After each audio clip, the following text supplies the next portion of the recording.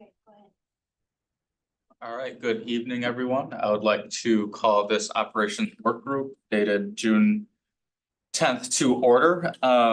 First order of business, I would like to congratulate and welcome our new student representatives. The new student rep to the Board of Education will be Megan Fernando, who will be a senior at West High School. And the alternate student representative will be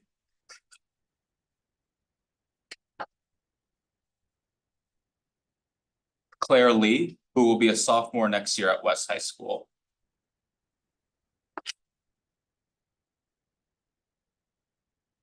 Claire will also serve as the Student Senate President for the 2024-25 school year. We look forward to working with you and our MMFD student voices into our decision making. Next, we have, I believe, 6 public speakers, 5 online and 1 in person. I'm not sure if some of the people that signed up online are actually in person to speak, but if you'd like to come up here and speak when your name is called. Our first person will be Leland Pan.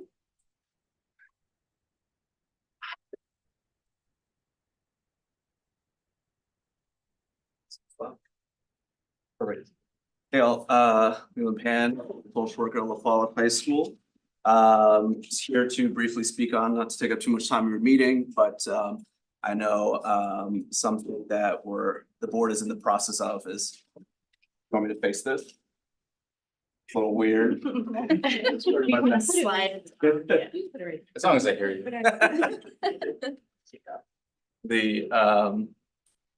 Just wanted to make note of one issue. I have seen like a lot of progress here between the district and MTI, especially around getting us to a place in terms of the budget, in terms of the referendum, where we're getting some things that we need and want in this district. But one thing I just want to keep on your radar is the student services pay scale compression, which I am optimistic is a small enough project to be doable in the referendum budget. I fully am sympathetic to the fact that without a referendum, many of the projects that we want to do, including, for example, full COLA, might be very difficult to achieve. So I just want to emphasize before it's too late to hopefully discuss a budget amendment to address that. Some of our members have internally tried to run some numbers based on how many employees, student services employees predate 2019, and also to loop in the nurses who were left out of a bump in the pay scale, despite being obviously a very high need and very necessary part of our schools. And the rough estimate we have just based on those numbers and guessing about $10,000 to $15,000 per employee that needs to be adjusted, looking at about $3 million, which we at least don't think is impossible to do in the referendum. Just a couple reasons. One, like I know there's some hesitation about like addressing pay scale for one group and not all, because there is like generally a compression issue for all employees in MMSD. But student services pay scale is doubly harsh because of the more recent bumps. So that's one specific thing. And we'll just note that there has been, for example, grievances filed, and the product of those grievances has been to bump up individual people or bump up like specific years. And ironically, that just makes compression worse, right? Like you're helping some people and leaving behind others. So this also seems to be the cleanest way to resolve any of those outstanding grievances and just fix the issue once and for all. So the final thing I just want to note is that I think retention of our veterans in student services is important. I'm somebody who's not even directly affected by this issue, was hired here in 2022. But what's important to me is to be, to be able to work alongside some of the veterans in this district who know about past policy, who have the historical knowledge, and to have a mix of both both past and present. And that's time. So I'll wrap it up and not hold you up. Thank you. Our next person is Amy Washburn.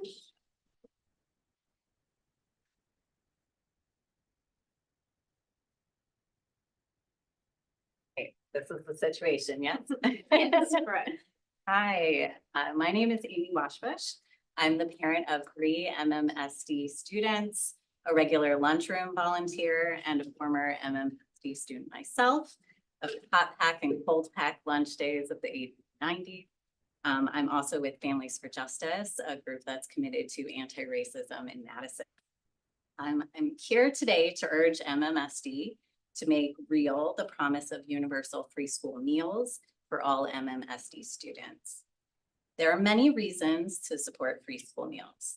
Research shows that universal free school meals increases participation in the school program, bringing more revenue in, improves the nutritional intake of students, and boosts grades and attendance. But I want to emphasize 3 points that are important to me. First, this will lift some of the financial burden that many MMSDs right now. With the current free, reduced, and paid system, many families that can't really afford this are required to pay. While the reduced category is set at 175% of the federal poverty line, which is an annual income of about $58,000 for a family of 4. The living wage for a family of 4 in Madison is actually estimated at $80,000 to $100,000 a year. So with our affordable housing crisis here and other rising costs, I think our school food debt really reflects for many families. Many families are struggling, and that strain brings stress. Kids are bringing hunger and stress into our school. Second, the current system requires unnecessary time and burden of families as well as our food service professionals. With a free, high quality and appealing food program, fewer families like mine will have to take the time to review menus, pack multiple lunches, and monitor our account balance. Food service staff can do what they do best, which is feed our children with less burden of paperwork and having to act like a debt collector. This time can also allow for more time to do on-site fresh cooking, which I know many in this district really want to see. Finally, a universal free food program with high participation, greater quality, culturally relevant, and tasty food shows our children that we care for each other in this district, and we provide the best for each other because that's what we deserve. When we invest in them, public schools offer the promise of a multicultural democracy that celebrates our unity and our diversity. How we come together over food is part of this. It's time our investment includes the school food program too. Thank you for your time. Thank you. Our next speaker is Fear Wetland. All right, this is here. All right, hi, yes, my name is Zafar. I'm currently a rising sophomore from Madison Country Day High School. So I'm here today to provide like a student perspective, and the shock that's actually brought me here today. At my school, I regularly see my peers order food from places such as Culver's. And that shocked me because like recently I learned about students in the Madison public school system have accumulated like over $200,000, something around that number in debt for school lunches. And I found that like the disparity is actually shocking. It's very shocking. Sorry, that was. There's like a clear difference between like what I see in my peers at Madison Country Day than like what I see in like the broader Madison community. And like quite frankly, I think it's not right. Sorry. So I'm here to like advocate for, you know, free school lunches. Aside from like the humane aspect of knowing that like our youth are like accumulating debt, you could, I guess, also think about like the business side of things. There are like clear economic benefits for students and their parents to go through the school system debt-free. These students can later enter the workforce stronger, which further contributes to the local economy. This is also an opportunity to involve like local businesses surrounding the schools. Yeah, sorry. And I just thought like perhaps that we could find a solution that allows for a more like affordable option that saves costs for the school lunch system and possibly keep that money local. So yeah, bottom line, I think that school lunch is unacceptable and, you know, we should like do something about it, you know? All right, thanks, you know?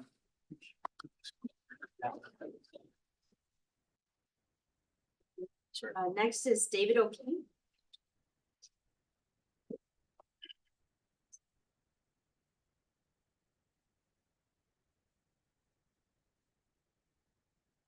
Hi, everyone. Thanks for having me. My name is David O'Keefe. I'm a substitute teacher with MMSD. I primarily sub at Sandburg Elementary School a couple times a semester now. I am also a proud MTI member as a substitute. I'm also here today as a member of the Madison Area Democratic Socialists of America to talk about free school lunch and also our free school lunch campaign. So we have a free school meals for Madison campaign. We launched it a couple of weeks ago with some partners, including Freedom Inc., the Wisconsin Poor People's Campaign, Urban Triage, Rooted, Families for Justice, Our Wisconsin Revolution, the MTI retirees, and hopefully more. And our campaign has two main goals. Step number one is to pay off the debt as a community, right? We see mutual aid school lunch fundraisers all the time. Every couple of weeks, now that I've been doing this, I see a new neighborhood association, working on their elementary school. So one, we're trying to raise awareness on this issue like has been done before and try and collectively raise some of the money because we know that it has to be settled by the Food and Nutrition Department on the back end, and that can operate as a budget cut and directly impacts all students. So we're trying to step up as a community. And then step number two is we have a petition to the school board asking for systemic switches to universal and free school meals. Obviously, school lunches being that final gap. Currently, we have over 500 community signatures in support of the free school meals piece. We're hoping to turn in all of those at the June 24th school board meeting. And yeah, I think I want to highlight, just a couple things today. I think probably most pressing is that the community eligibility provision application deadline for more CEP schools is June 30th of this year. And if the school district obviously has a couple different funding ways on the back end, you would know better than me about how to get this done. But the best way to maximize federal funding is to apply for more CEP schools. The district has 16. What would it look like to get the rest of the schools there or to go district wide? So really our ask at this time is two main things. One, seriously consider switching the whole district to become a district-wide CEP school. That maximizes your federal funding. Yes, the school board probably still needs to step up with some funding to help close the gaps and invest in the staff and equipment that we might see as more kids opt into the program. The alternative option is maybe there's another suite of 10 to 20 schools that the district can switch to CEP this year. I don't know, obviously an implementation and budget decision that you guys have to make, but that June 30th deadline is coming fast. And the more schools we can switch, the better we can maximize funding and get ahead of this situation. Finally, I'll just say as a substitute teacher, this shows up like in the behavior of students. I work mainly as an SEA, working with students with IEPs, and you walk in and you see the food kids are eating throughout the day at different times, and that whatever they're eating, often sent from home, maybe is going to impact their learning and behavior. So school meals, obviously, just from my working perspective, would help as well. Thank you.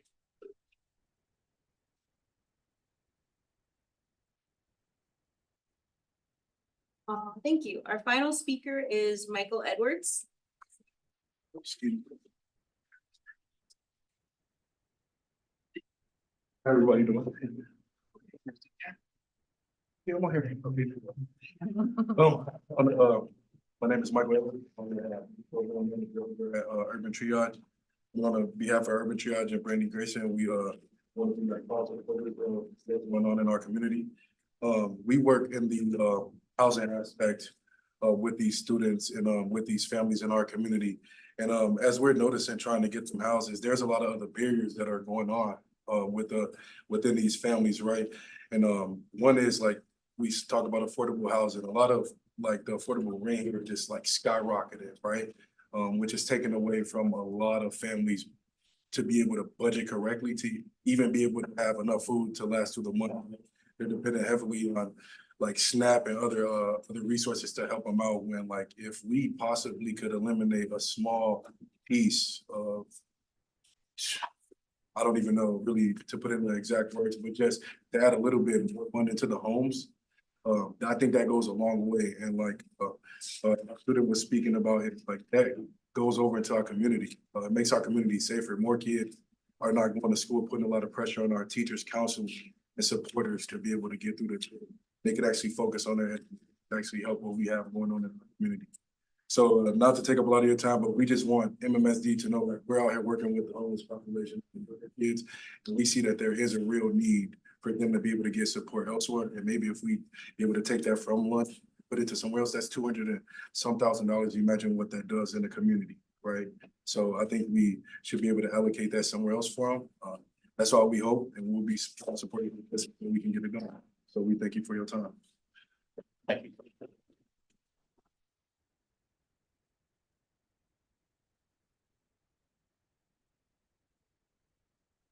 All right, well, thank you. Next order of business, the approval of minutes. So I move to approve the minutes from the operations work group meeting dated May 13th, 2024. Second, Nikki Vandermeon. Um, Don't know where my mic. all those in favor? It's this. Okay, all those in favor? Motion carries. Here's 6-0. Okay, moving on to the agenda for the evening. I just want to congratulate us all on making it through a adverse and a certainly challenging budget cycle, attempting to confront the end of ESSER funding, a state budget formula that does not reflect our values, and mounting pressures on the state of education.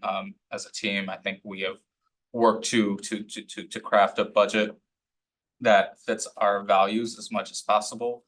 And so tonight we'll be presented with two options on how to provide the level of services and support for learning that our community deserves, with consideration to the impact on our local taxpayers.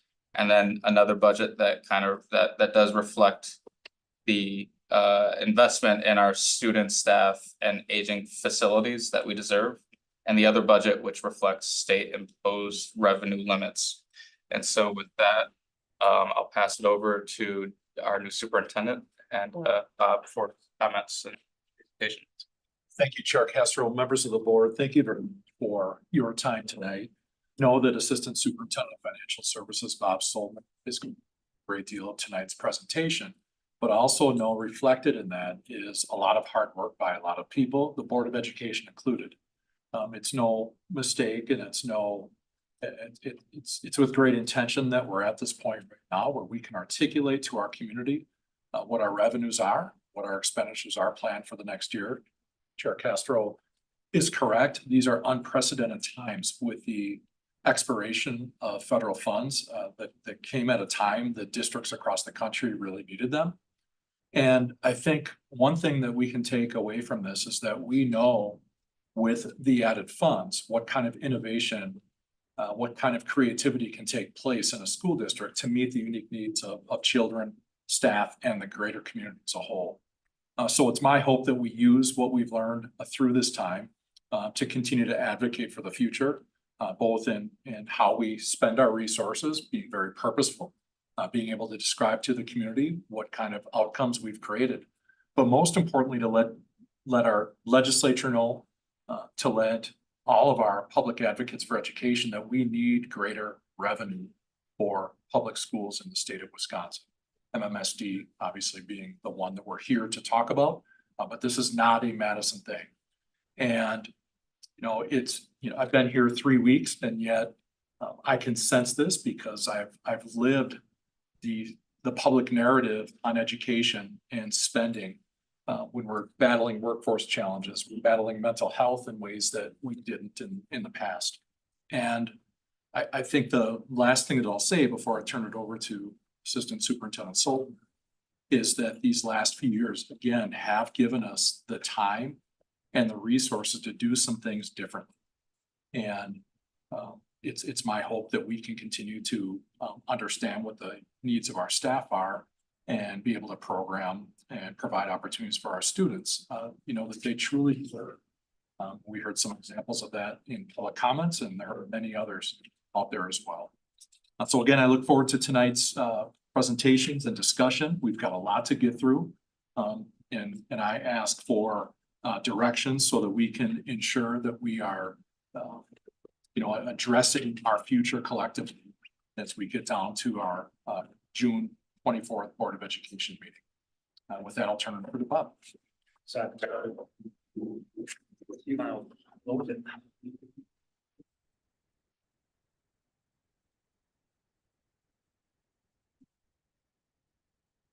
As we do at the start of all the meetings, I think it's important, although we do have a very packed agenda tonight, to spend a little bit of time with our strategic goals and where we've been led by interim superintendent Lisa Quistad and Dr. TJ McCray in terms of our focus, our future this year and putting kids first. Several decisions this past year have been made with kids first in mind in terms of the transition into the 24-25 school year. Want to talk about our strategic goals and remind us very important in terms of our framework. We've kept true to these strategic goals as the district did in terms of ensuring every child is on track to graduate ready for college, career, and community. The district and every school in it is a place where children, staff, and families thrive, and African-American children excel at school. Those goals are implemented through our core values of belonging, excellence, racial equity, and social justice, voice, focus, creativity. These values are what forges into the time, as Chair Castro mentioned. So tonight we're going to focus on where we are at with the proposed budget as it exists today. So the option 2, we'll talk about the option 1. Option 1 is that budget if we get unsustainable revenues. We're going to spend a little bit of time on a few of the amendments that have been delivered to date. Then we're going to get into really the 2 questions that we want to spend considerable time on tonight and getting a clear indication from the board on the potential operating referendum, potential facilities referendum. And then followed by our continued review of the fee policies, additional policies that have been added.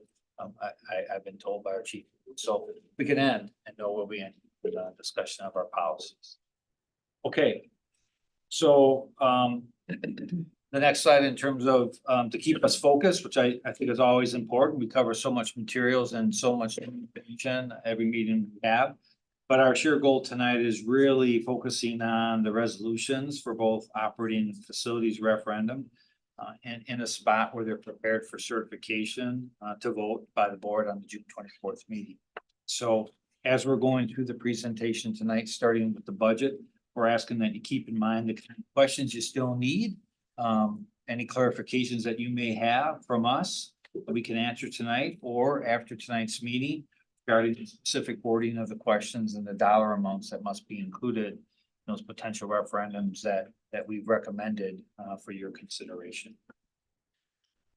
With that, we'll hop right into the timeline for the preliminary budget. Been a journey since really January to our point. And now we've covered a lot of ground. We've discussed a lot of issues. We've accomplished much, I believe. And I think it's put us in a position tonight where we're poised for you to make some decisions in terms of moving us forward into 24-25. I want to focus a little bit on the objectives for the budget side. As always, as we've been talking about, school finance in Wisconsin starts with the district imposed revenue limits. Then we're gonna talk the specifics of the preliminary budget, where we're at. As I mentioned, we'll cover the amendments. Jennifer Trendo, our senior exec of HR, will talk a little bit about the vacant positions and the information that's there. Couple of slides on the 24-25 budget and impacts to the average tax home in terms of where we are at today. And then as I said, we'll go into the referendum question, starting with the operating question after we're done talking about the budget. So I'm gonna go through some of the next coming slides fairly quickly, but just to remind you, revenue limits, it's all about the revenue the state allows us to have each year, combination of property taxes and state general aids. We're gonna assume our membership is gonna hold steady in terms of no loss, really no gain, but just steady into 24-25 from 23-24. So that's our first assumption in terms of building the revenue limit base for 24-25. A little bit on our projections for revenues for 24-25. In terms of dollar amounts. The revenue limit in terms of our projections out to 24-25 talk about an increase on this year's revenue limit that would generate with no FTE increases of about a 1.7% increase in our base revenues. This is comparable to our costs. We like to peg it to CPI of that 4.12%. So it really continues a trend that I'm going to talk about in the next slide, that our sustainable ongoing revenues in 24-25 projected to be short by $9 million. This is an excess to the slide that you see now from 23-24, where that gap between what revenue limits provided us and the 8% CPI was 20.8 million. Combined the 2 years are about $30 million in terms of the short on sustainable ongoing revenues to support our ongoing expenditures. It's really a revenue issue. We'll talk about the specific budget, but 24-25 budget is really just slightly less than what we're spending in 23-24 at this point in terms of where that budget sits. And so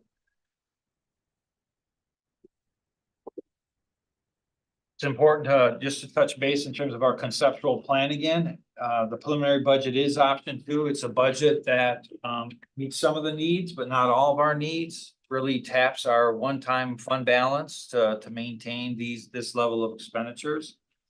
And then option 1 is a budget that, assuming the board agrees and approves questions for referendum, I will be spending time with you and staff over the summer, building a budget. The budget that would be in effect if we're successful at referendum in terms of sustainable revenue being available. That budget would be developed and the board would actually in the fall, as part of the October board meeting, approve 2 budgets. One budget is if the referendum would not pass, assuming we go there, and another budget that would be a budget reflective of the additional revenues. All right, a little bit of a recap in terms of those 2 budget options.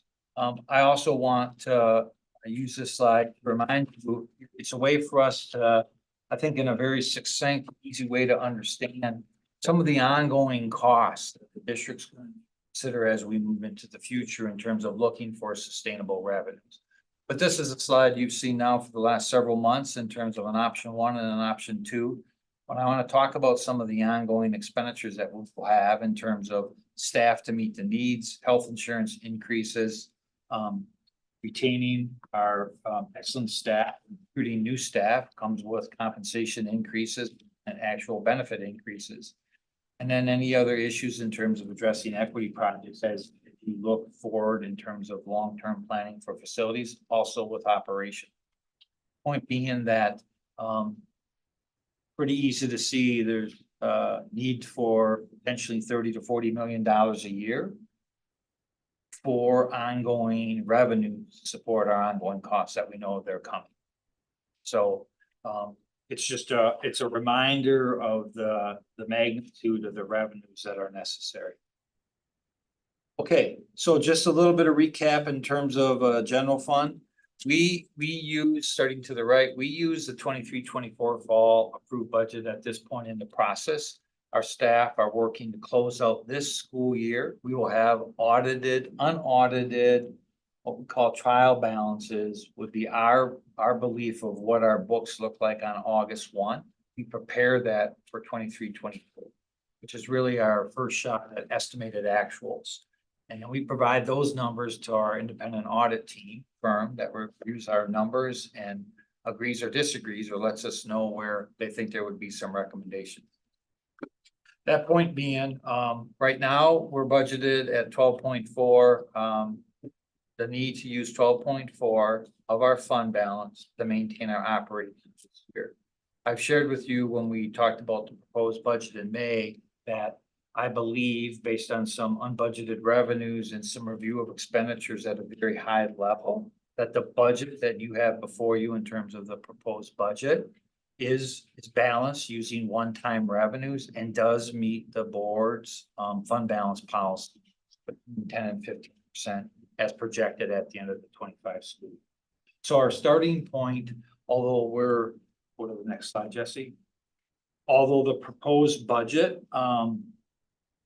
continues the structural deficit, it is meeting the board policy. That it is a budget that has revenues to support it. It is within the revenue limits as we predict now, based on FTE being flat, and it does use one-time fund balance to maintain our operations. Okay, a little bit about fund balance policy. We've talked about it the last couple of sessions. Just a reminder, it's a point in time. We look to the future. June 30th of every year, we're required to review expenditures approved by the board and do a calculation of where we think we are at on fund balance. Your policy says we need to be within 10 and 15% of that number. It's a number that just exists on paper. It's a calculation. Just a reminder in terms of cash flow, it's very important when we talk about fund balance. But because we're a district that's in essence 90% reliant on the property tax and not on state aid, 10% of our budget is funded through state aids.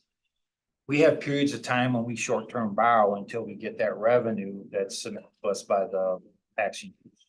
So we do short-term borrowing at the end of the summer and early fall, start rolling in early the next year. And so that's just what we do. That's normal for a district in our situation.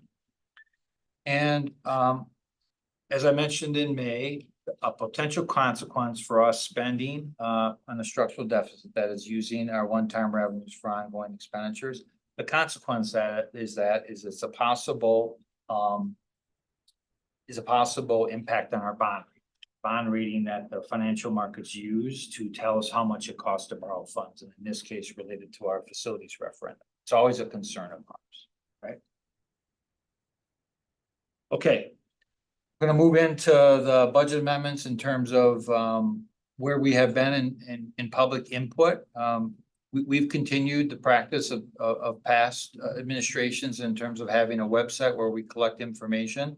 That process has been updated and available since April. The portal is still open. Checked it this last week and there's no new comments in there. We don't get many, actually. We also have had a process where we've encouraged amendments from the board to be submitted by May 20th. We shared with you those amendments that were submitted by that time on the 24th. And then we did some staff analysis. It only ended up being one amendment that was submitted in this time frame. And did a brief analysis. Okay. Now, board member Vandermeulen put together a series of amendments, some that were submitted that we determined to be not really budget amendments. Others that were submitted on June 3rd, which was just outside the window that gave us the opportunity to analyze the amendments. But what I've tried to do here is summarize 5, call them budget amendments or issues, requests that were put forth by board member Vandermeulen, and then some comments. we said we would talk about each one of these, so I'll just kind of briefly go through the descriptions that I provided here are those that were provided by Board Member Vandermeulen. The first two actually were submitted, were submitted by May 20th. And the first one asks for bell schedules to be set by school principals, instead of central office. And, you know, when we met as staff and discussed this, we determined it really wasn't a budget amendment and had no impact on the budget, but it's noted here that that was put forth, just, you know, for transparency, like we said, we would share these. And we discussed with Board Member Brandon, she wanted us to share these. So that's why we're sharing. Then the second amendment was requesting a policy change where if staff would take a personal day and it ended up being a call day for snow or other reasons, weather permitting, that staff not be required to take that personal day and work with administration. We're going to refer that to the handbook committee for further consideration discussion. The next three are budget amendments. And I'll say we did not do an analysis on these amendments, but as we have been talking about it, the 24-25 budget is truly a document that changes over time, right? So we're gonna ask you to submit and approve this preliminary budget at the 24th board meeting because we need a budget to operate on July 1. But just like last year, amendments were offered for the fall budget, and we'll continue to work on, particularly this year, the second budget. And so the budget is really a breathing, living document to look at your priorities and the community priorities, and can be modified as the process goes to the vote in October. So the other amendments here briefly are to address the student services salary compression. Board Member Vandermeulen put an estimated cost of $3 million on that amendment. Another amendment talked about offsetting some of the costs by hiring building subs, had a dollar amount that's listed here. The amendment also talked about possible cost savings by if you hire a sub, some other costs may go down. So it requires more analysis on our part, and we haven't done that yet.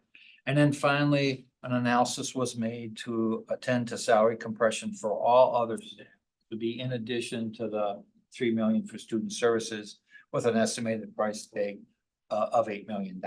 And again, we need to spend further time on this, but to know that those have been considerations reported by Board Member Brandon. Thank you. Okay, the next slide. I'll set the stage and then hand over the points in the analysis to Jennifer Trendle, our Senior Executive Director of HR. But this was an amendment reported by Board Member Muldrow. The request was to eliminate Doyle-based vacancies that have been vacant for over a year. And I'll stop and let Jennifer take over the analysis and the accompanying slide. Sure. We took a look at all of the administrative positions that were open for more than 1 year, and we determined that there were only 3 administrative positions based at Doyle that have been vacant for over a year. And these positions were specifically left available for the strategic vision of the new superintendent. On the next slide, it does show an analysis of all of the vacancies across the district. And these were positions that were open anywhere from 1 day to 192 days. So, and the total dollar amount on that was $8 million. The FTE amount adds up to 711 FTE, but again, that's a rolling number. It isn't a total number of our FTE because we did take a look at this over time.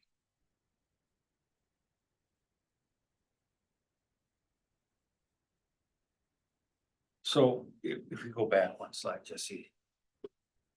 So our process had us share the analysis of the amendments that existed and open for a time of considerations, conversations today to see if the board is interested in directing for amendments to the board or for inclusion in the 24-25 budget that we vote on June 24th. So I'll hand it over to Chair Castro, see if there's any conversations or discussions about the information that was shared, and where we go from there. That's good. Board Member Simkin? Thank you for pulling all this information together. I'm wondering about the amendment related to school-based substitutes staff. And I'm wondering about that because it has an interesting intersection between what the board would be responsible for as far as funding positions, but also the administration's discretion to assign positions. And it feels like that type of a model has the potential to create a much more stabilized system within schools. And so I'm curious if there is any thought now as far as if that's a direction the administration is interested in moving.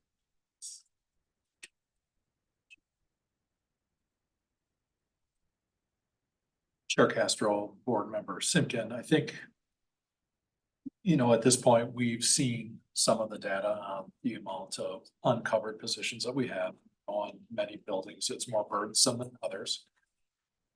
I look at this as it's very difficult to only pick a select few schools because I really would like to address this systemically and equitably.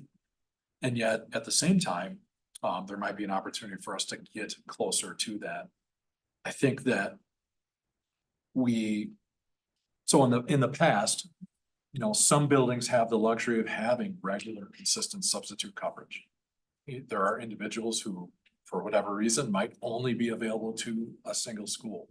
So in a way, there is that kind of coverage that can be depended on. I think what I'm hearing in this particular case is that there are some schools that no matter what are just not able to have, that staff fully present based on a number of reasons. So essentially, this would be allocating additional unallocated resources to create new positions. It would just be the way that we account in doing so. And again, I think it's something we would have to talk to as an administrative team, do these 10 schools, is there a need for greater coverage? Would this be the end of it? Would there be other schools who also would like in dedicated building sub? And it would just be something we have to talk about internally to see what our process is going to be. Thank you. I'm looking forward to further conversation. Board Member Muldrow? I'm curious about the total value of the 3 positions that have been vacant for over a year at Doyle. So were we to cut those 3 positions, how much would that return to the budget? Or since we haven't filled those positions this year, how much cost savings was generated by those 3 administrative positions?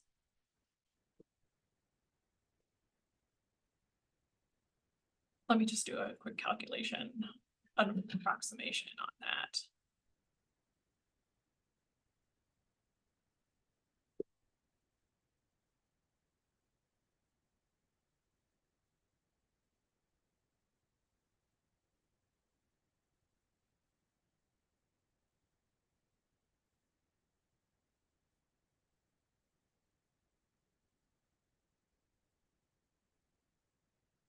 For gross wages and an approximation of what someone would choose for benefits, it would be about $50,000. Okay. So just in those 3 positions, you're pretty close to $1 million in savings related to those. I think it's a complicated question because the strategy was around kind of the new administration's ability to navigate those positions. I do think it's important to understand where you're at in terms of prioritizing those bodies of work and what you understand about what it is meant to have those roles make it this year. So I'd like to direct that question at you, Dr. Gothard. Sure. Chair Castro, Board Member Muldrow. Just to be completely honest, haven't even thought about it. It hasn't even entered into my mind. As I'm 3 weeks in right now, preparing preparing for tonight and the conversation that we're going to have. Not that that isn't important in terms of the future. I guess I would ask either for a little bit more time or at least the consideration of some of, not all of the allocation that's there. I would be more than willing to, obviously, live by the decision that the board makes if you were to determine to put all those allocations back into the budget. But again, it may be something in the future that I would look to further efficiencies, or if I see a prioritization that needs to take place in terms of a reorganization, that would be another way to address what I feel are the most pressing needs. Thank you so much for speaking to that. I think for me, as the board member who suggested the amendment, I would be interested in withdrawing the amendment. Depending on kind of where you're at assessing how you want to relate to those positions specifically in the district. I do think going into a vote in June, it would be tremendously helpful to understand where that work is living right now, and what that means and has meant over the course of the year. I really appreciate the analysis of our vacancies, although I think when you see it in its totality, there is something kind of alarming about it, because the numbers look tremendously large. And so it's very helpful to hear you name that some of these vacancies existed in a very short-term way.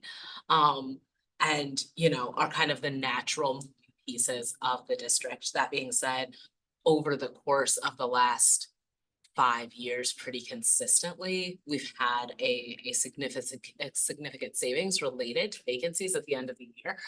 And I guess what I struggle with going into our next budget is how to anticipate what we are going to be able to fill going into next year.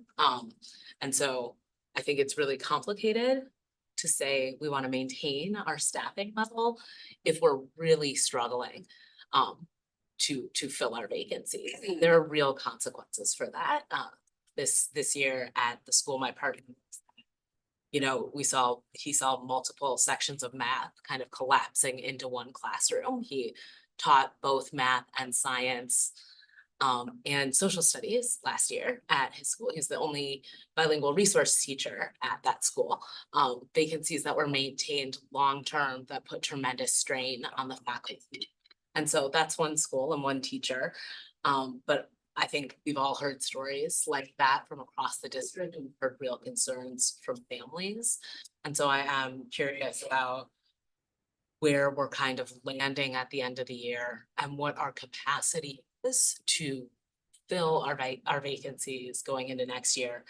And then I just want to speak to kind of the mechanics from a board perspective of ensuring that we're prioritizing certified educators in the classroom through our budget. And so if we have a lot of vacancies, how do we prioritize, you know, our young people having quality instruction while balancing the need to make sure that our buildings are safe and clean and all of the other kind of work we do as a district to create services that have integrity.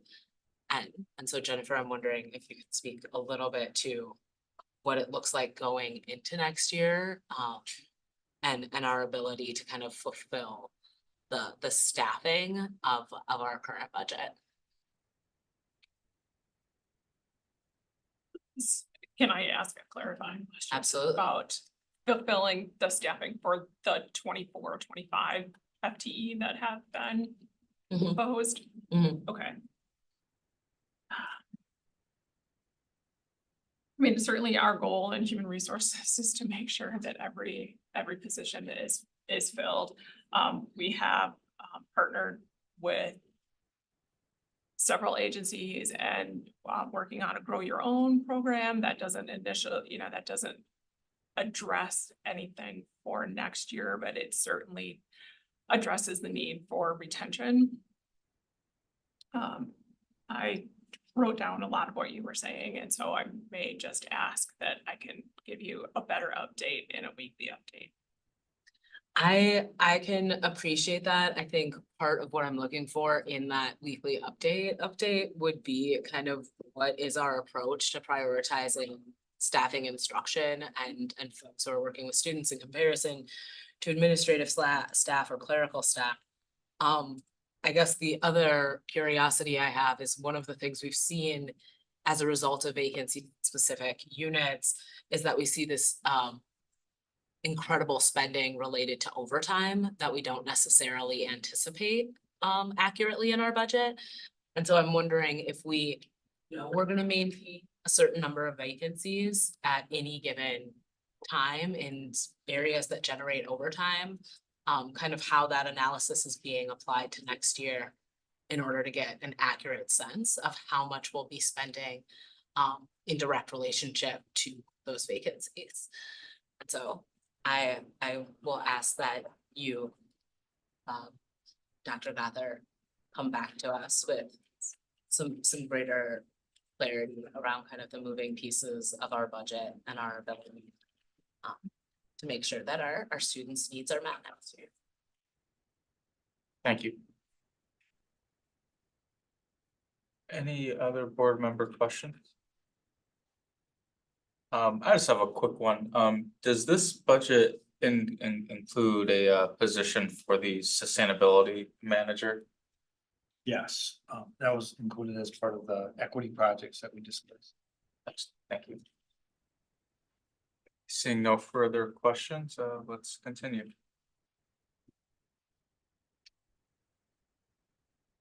All right, so now we get to go to the slide that's near and dear to my heart, and everyone else will just glaze over. But it's important for me to state that. So what I want to do now with the next couple of slides is in essence summarize where we are at with the 24-25 budget, because we need to have a shared understanding of our starting point as we look at potential referendum questions. Okay. So overall, the high level is the proposed budget actually lowered the property tax rate per thousand, the mill rate to 8.65, which is almost just over 11.5% decrease. Taking a look at this table, just highlighting where we are at in terms of the availability under revenue limits and the availabilities in terms of where we are at with total levy. Total levy of That last sentence because the engine I couldn't. Okay, absolutely. Good. Thank you for that. I wanted to just draw your attention in terms of the proposed budget for 24-25, the total levy of just under $375 million. That's a decrease of the fall budget by 16.9 or $17 million. That's a combination of issues happening there. I'll also say what allows the rate to go down is not just a decrease in total levy, but a projected increase in our equalized values. So a couple of things that impact this is our amount of state aids, which we don't know. The state's required to give us an estimate for the 24-25 school year on July 1st. After we need to adopt a preliminary budget. So it's just one of the ways the school finance system is set up, and you just have to, we just have to deal with the uncertainties of the budgeting. But it's an area that is important to point out that that's one of those numbers that will be changing. So we project and estimate using different models now for allowing us to get an estimate at this point in time. But again, on July 1, the state gives us an aid estimate for 24-25. And then on October 15th, as just a reminder of school finance, they'll give us our final number that we'll use then at the October board meeting to have that number to subtract that against our revenue limit to really get our max levy that's allowed without any referendum considerations. And so then the other thing that will change, talk about the changes, so we're aware of it, is revenue limits are based on the third Friday in September. So the third Friday in September of 2024 is a critical number for us when we calculate our maximum levy.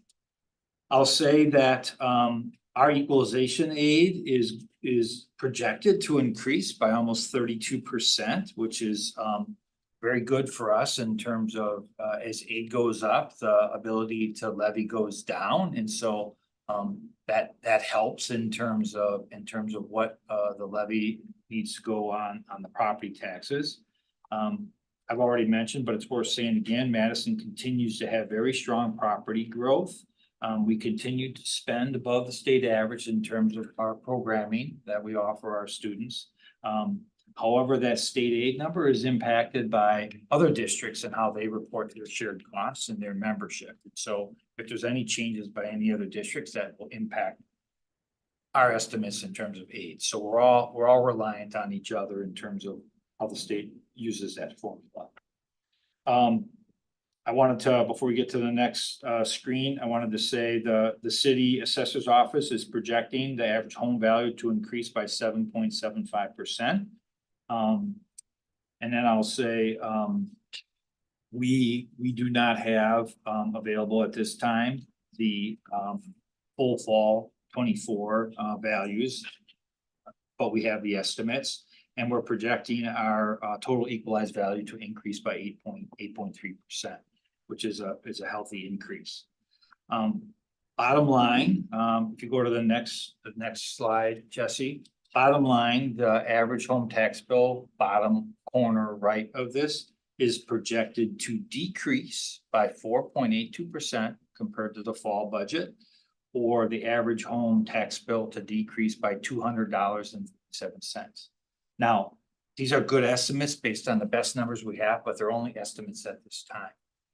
But the important point that I wanna state, well, there's so many, but for our considerations here is where we are at with the 24-25 budget.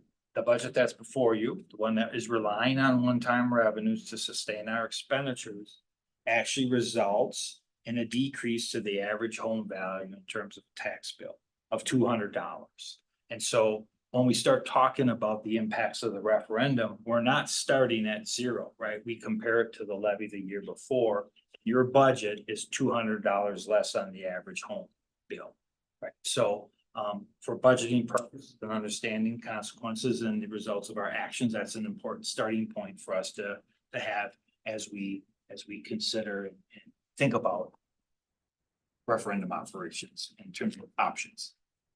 And so that's a combination of a couple of things, right? The value of the home going up and less of a levy compared to 23. Any questions overall on that?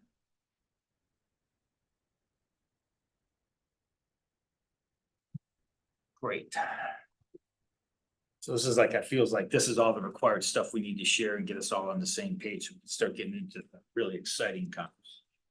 But before we do that, just an overview in terms of, next slide, Jesse, in terms of our projections. We're assuming no change in our enrollment, from 23, 24, 24, 25. We're straight lining it.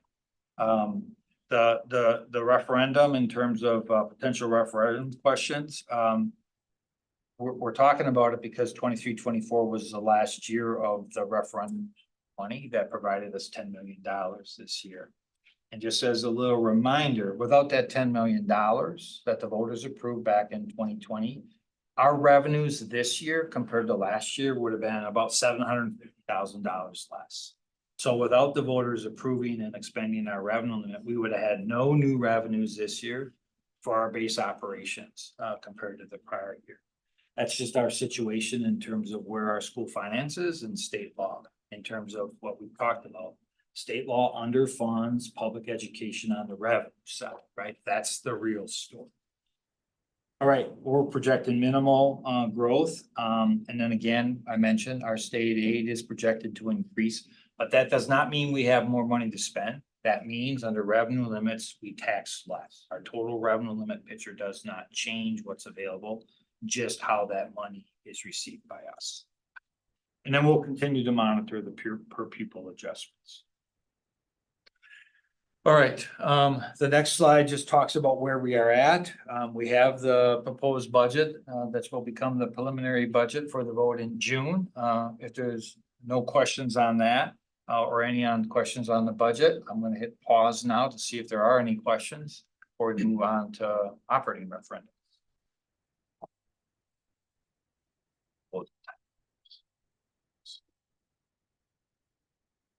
I think we're good. All right. Jen has graciously agreed, as she has done in our last several months, to talk about the timeline now and then also going to provide an overview of our community input. Thanks, Jen. One more, there you go. So we've covered a lot of ground. So let me take you back in time to what we've all been doing. So we have started some community engagement sessions back in February. We had a think tank that you heard from, what they all thought about potential referendum. We have been doing community engagement sessions in phase 1. We did a survey. We have a superintendent advisory board. And all of that came to you at different points in time over the last several months. Okay. You also, in November, you saw the education facility condition assessment. You have seen the 3-year facility plan also in the last month. And we are now moving into our second phase of community engagement, what we're going to talk about in just a moment. Looking forward, we're looking at this month voting on if the board chooses to do a referendum for operating and a referendum for facilities. And then that would be then for the November of 2024 ballot. So in that sense, I've done a lot of work. There's been a lot that we've got, a lot of bits of information. Next slide. I want to talk about the latest engagement we've done around our community. So if we go to the next slide. We have done phase 2 survey or community engagement sessions. We did this within each feeder pattern. So we had 4 main engagement sessions. And with those, we also did survey work. So from the community engagement sessions, we had one in Memorial, one at West, one at La Follette, and one at East. Coupled with those, folks were given the opportunity to view the wonderful stuff that we've done in those schools and the Referendum 2020 work.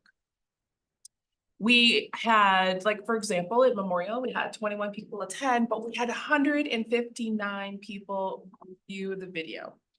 So during each session, we had folks there reviewing or taking video of the presentation. Each feeder pattern had a different presentation because it was talking about the schools that were in that feeder pattern. So you can go to our website and you can see all those presentations. And then we had folks take surveys. So we did the surveys either at the engagement session, and those surveys were put out broadly. So they were put out through email, through website, social media, all those different types of spots. So from all the surveys, so that was only open from May 7th until May 24th, we had 2,057 responses. So, which is awesome. That's a lot of feedback. In addition to those surveys, we have the engagement qualitative data that came in at the 4 sessions as well that were at Memorial, West, La Follette, and East. So again, I know the numbers are smaller in terms of people attending, but those are big numbers of folks who are looking at the videos. So what we got from all of this, we heard that most of the folks who took the survey, either at those sessions or in that open call, have very strong ties to the district, their families, their staff, their community members.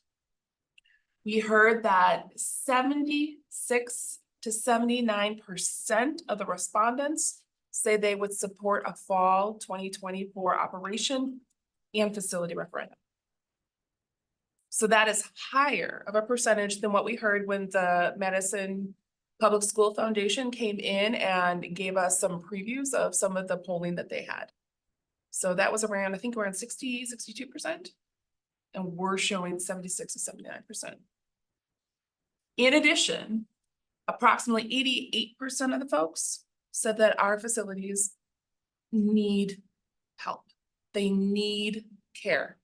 We need to really work on the heating, the ventilation, the air conditioning as one of the biggest parts of our buildings. So in addition to all of this, we gathered data at those community engagement sessions that was qualitative in nature. And from the survey, what you just heard was the close-ended component of the survey. We have over 1,500 qualitative responses on the survey, which is a lot. And it's a lot to code, and that we're doing right now. So we don't have that information to present to you yet. Next slide, please. Turn it back to Bob.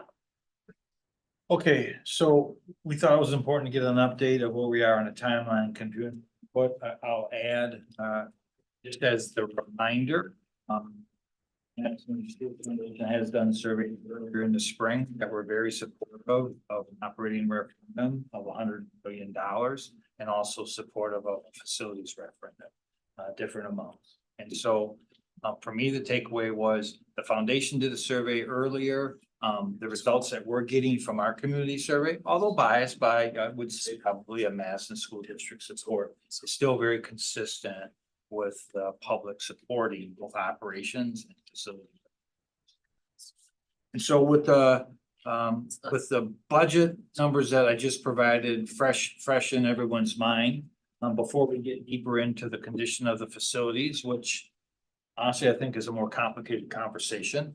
I'd like us to kind of break our conversations of potential referendum into operations now, coming off the 24-25 budget. And then we'll spend more time in terms of the information that's available for condition of facilities and the new memo we shared with you last week at analysis on several school sites in terms of does a mathematical formula say to renovate or news and the other issues. But saying that, the proposed recommendation in terms of a potential operating referendum would in essence take $100 million, recurring, break that into 4 years. The first would be a levy increase of $30 million in 24-25, followed by an additional $30 million in fall of 25, then $20 million in the fall of 26, and $20 million in the fall of 27. And so what this referendum does, Jesse's already jumping right to the Sorry. chart. No, good work. Good work, Jesse. You're right on. You're right on. And so what this referendum question does, it just orientate to the operating question. The questions are to the left, the circle. And of course, I forgot, which I normally start out with, congratulating and thanking my team member, Amy Knight, for her magic, right? She takes my Excel spreadsheets that, I love and get a lot of information out of, but actually makes it so one can digest it and visually display it. So I want to just thank the team that we work with every day, all the time, that not just one person does this work. It is truly a team, right? And so this just says what I said, 30 years this fall, 30 million this fall, 30 million next fall, the fall after in 25, and then 20 million and 20 million. And so remember I talked about, we compared to 23-24 and a tax bill on the average home in Madison was $4,156.92. Our base starting in 24, the budget that's before you to approve at the end of this month has an average tax bill impact of $3,956.55. So that first year estimate of $30 million on the tax bill, given all the assumptions that we make to get to this point, and there are many that will change, right? We know they're going to change, but we need to estimate it now. Would add just short of $317 million on the average tax bill in the fall. Okay, and then the second year we would levy an additional $30 million. So cumulative now $60 million. And so the question on the first year is the $316.71, and the new tax increase for the $30 million is $315.49. Question you're asking me, but I'm going to beat you to the punch, is why is it different? It's because we're assuming a couple of things. One, moderate growth on equalized value. Because we are in Dane County, we really believe there's going to continue to be growth. And so that is built into these models. And then the third year adds another 20 million, which is the number on the top, the 209.1, the cumulative impact, which now is with the 20 million is 80 million, right? So it's those orange boxes on top. the total increases of those orange boxes are the numbers above. So in this case, for 26-27, it's an $841.30 increase on the average home. And then, the final year, 27-28 is, $1,049.58 in terms of a tax increase. So that's the operating referendum. And so the structure of the question, the wording of the question is very similar to the question that we asked, back in 2020, right? Only different amounts in different years. So any questions? Questions on this? Board Member Muldrow? Yeah, so I just wanna understand how we got to 30-30-2020. I think when you go back to the 2020 referendum, part of what we were taking into consideration was our ability to keep up with inflation and the lack of ability to do that, given kind of our current funding formula from the state. At that time, we hadn't seen inflation go beyond 3% in decades. We haven't seen inflation or COLA be below 4% in the last 3 years. We saw 8% last year. How do we factor in kind of the volatility of inflation to these numbers? Yeah, that's a great question. I'll say it's difficult to really project beyond 1 year, number one. That's just the way school finance is. These numbers try to look at past experience in terms of where we are at with the interest. And really look at cost areas that we may have when health insurance increases, potential wage increases, potential other to give us some opportunities to not only invest in our staff, but also facilities. And so I think moving forward, the projections in terms of interest, probably more, under 4%. But the idea being, given revenue limits, and if our enrollments stabilize or if they continue to decline, we've got our 20-year enrollment projection coming out, that this 30 million in the first year really attends to the structural deficit the first year, kind of build the base. And then the first year in terms of the 30 million is if our enrollments get worse or kind of stabilize out,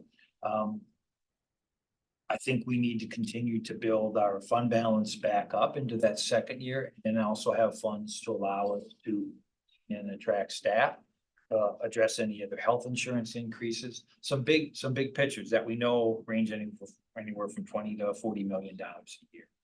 I'll add, which is really important that the board has always talked about in the past, these numbers are just a maximum. Every board, when they approve a budget, will determine how much of that authority they use. We don't need 30 million. The board has historically said, we're not gonna use that money. We're only gonna use the money to pay our bills, replenish fund balance. But that's truly what this is. This is asking the voters to give you maximum authority. The board still decides how much of that authority they use. I really appreciate that. And just doing kind of rough math, it does look like this averages between 4% and 3.5% in terms of increase per year. I think although you can't predict inflation, you can predict the behavior of the board and the necessity to kind of invest in compensation for staff. That coupled with the staff shortage and the difficulty to attract and fill vacancies, I think this is kind of a really great starting place to be at and makes a lot of natural sense to me. I do want to clarify for the sake of the community, when we pass an operating referendum, that means that we are committed to using those resources in specific ways. And so can you outline what the kind of terms of that 30-30-2020 would be in terms of passing it as operating funding? Excellent question. Jesse, can we go back to the slide that shows the question itself? See, that's why this is a group endeavor, conversation. Right. So that's a good question. So we are limited by the wording of the referendum. And so if you look at the last couple lines of the question, for the recurring purposes of educational programming, attracting and retaining certified educators, and operational and maintenance expenses, right? That's a little bit broader than the question that was presented to the voters in 2020. The operating question just used the last part of this clause, operational and maintenance expenses, right? A little bit broader. This question, in light of the equity initiatives, in light of the conversations in terms of the strategic goals of focusing on educational programming, included in that would be early learning. And our conversations about attracting and retaining staff. We as a staff recommended that we broaden that, right? But I need to say in 2020, it was much broader. It was just operational and maintenance expenses, meaning anything operational, including maintenance on our facilities, right? Thank you so much for that explanation. Do we know if the community feels like this is an accessible question? Have we been able to get feedback around kind of this initial formatting? Want to answer that, Jen? Yeah, so we have asked, there's been a couple of things. One, some of the questions were used in the polling, I believe, with the Madison Foundation. So, that they found there was good wording there. I'm also, in our surveys, we use some of that exact language as well to try to get at, not this exact, but like helping people understand what it means year by year or things like that, and there was broad support. So part of, we have to follow certain formulas in the questions that we ask based on what is legally advised too. So, yeah. That's it for me. Board member Nikki? Yep, no problem. My question is, it's more more comment than anything. And that is, I think this makes sense as long as it's enough to continue to be able to pay our staff what they deserve, to provide what is needed in the buildings. If it's large enough to do that without gouging our taxpayers, then I'm all right with. And I just wanted you to know where to stand on that. Additionally, when we get to the facility one, can you tell me how much it would cost just on the accessibility alone, or is that not broken out? It's not broken out. Oh, I'm sorry, then never mind. I catch you guys enough. It is important to us. It is. Oh, I know and that. to have- Which is, I think that the answer is, as part of our facility condition report, we do break it out, each site into 14 components. Accessibility is one of it. We did cost it out as part of that process. You know, those are numbers just to compare what would this project cost across the 14 components. It's not the cost what it would take it to go to referendum and actually do the work, but it is a good apples to apples comparison in terms of it. And accessibility is one of the 14. I appreciate that. Thank you. That's it for me. Any other comments? I have one. I'm wondering if someone can talk kind of more about the principles or values embedded in the formula that will help us decide on whether to rebuild or renovate a building. Sure. Do you want to wait till we get to the facility section on that? Yeah, that works. That's an excellent question. Yeah, and then I will say with the operating referendum, I do think it is necessary in order to provide the learning environments that we think our students and staff deserve. And as we go through this over the next 4 years, I think it's important to keep in mind, you know, what are the learning environments that can be used as a enrollment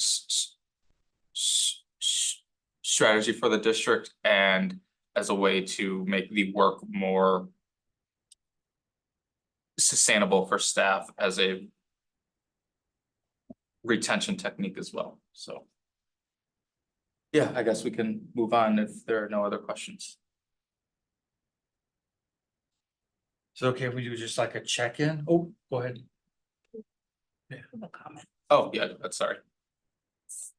It's a little like unusual, off protocol a little bit. It's me.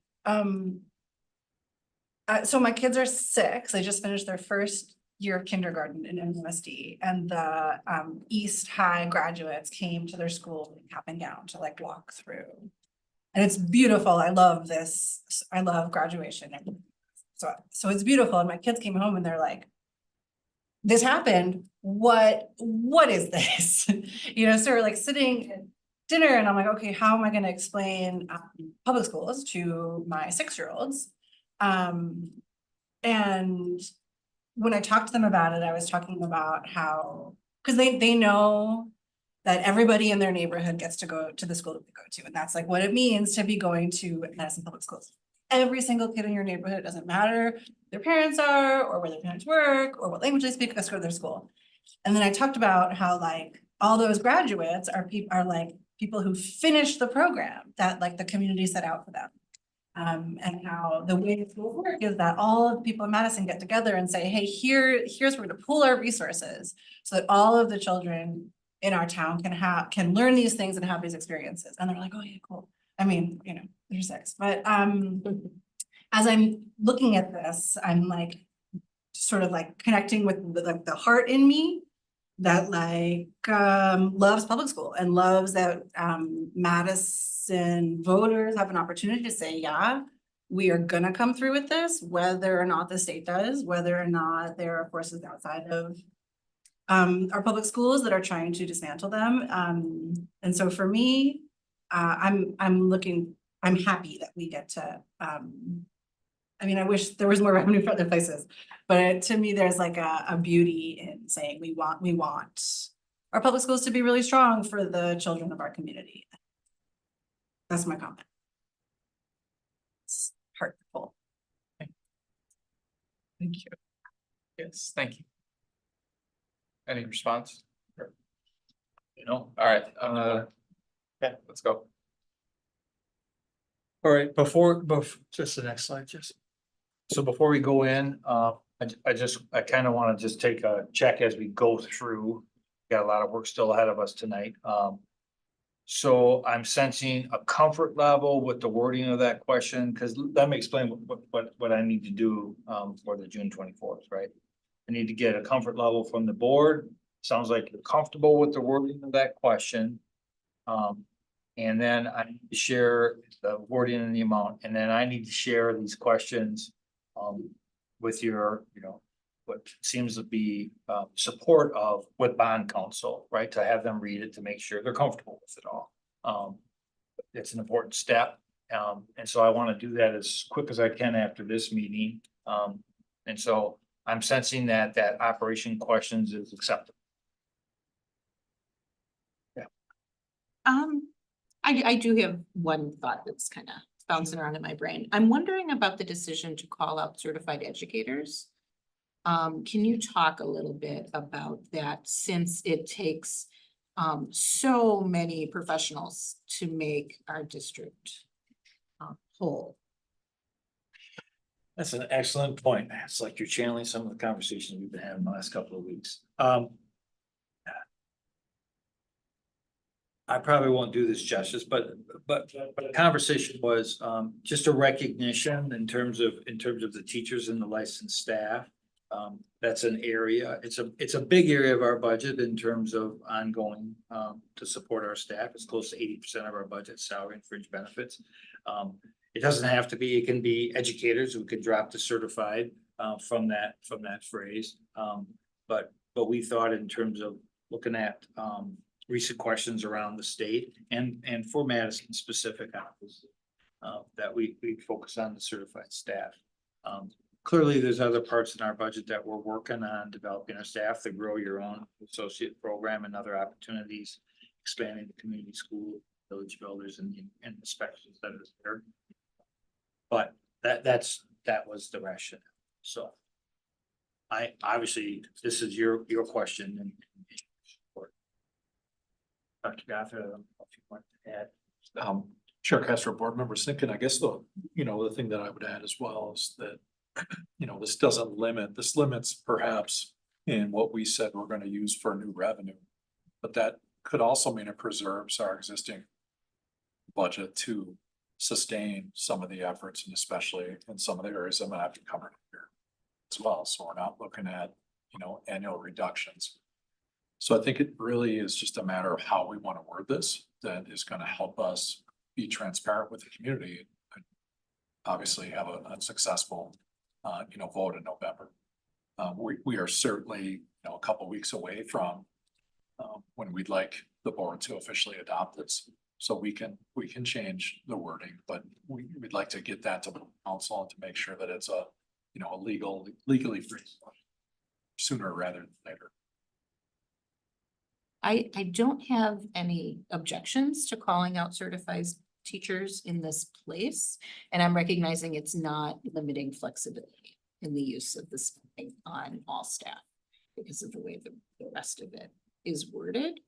I think that if we do make the decision to stay with this wording, I think that it indicates some of what we're going to be speaking about to the community.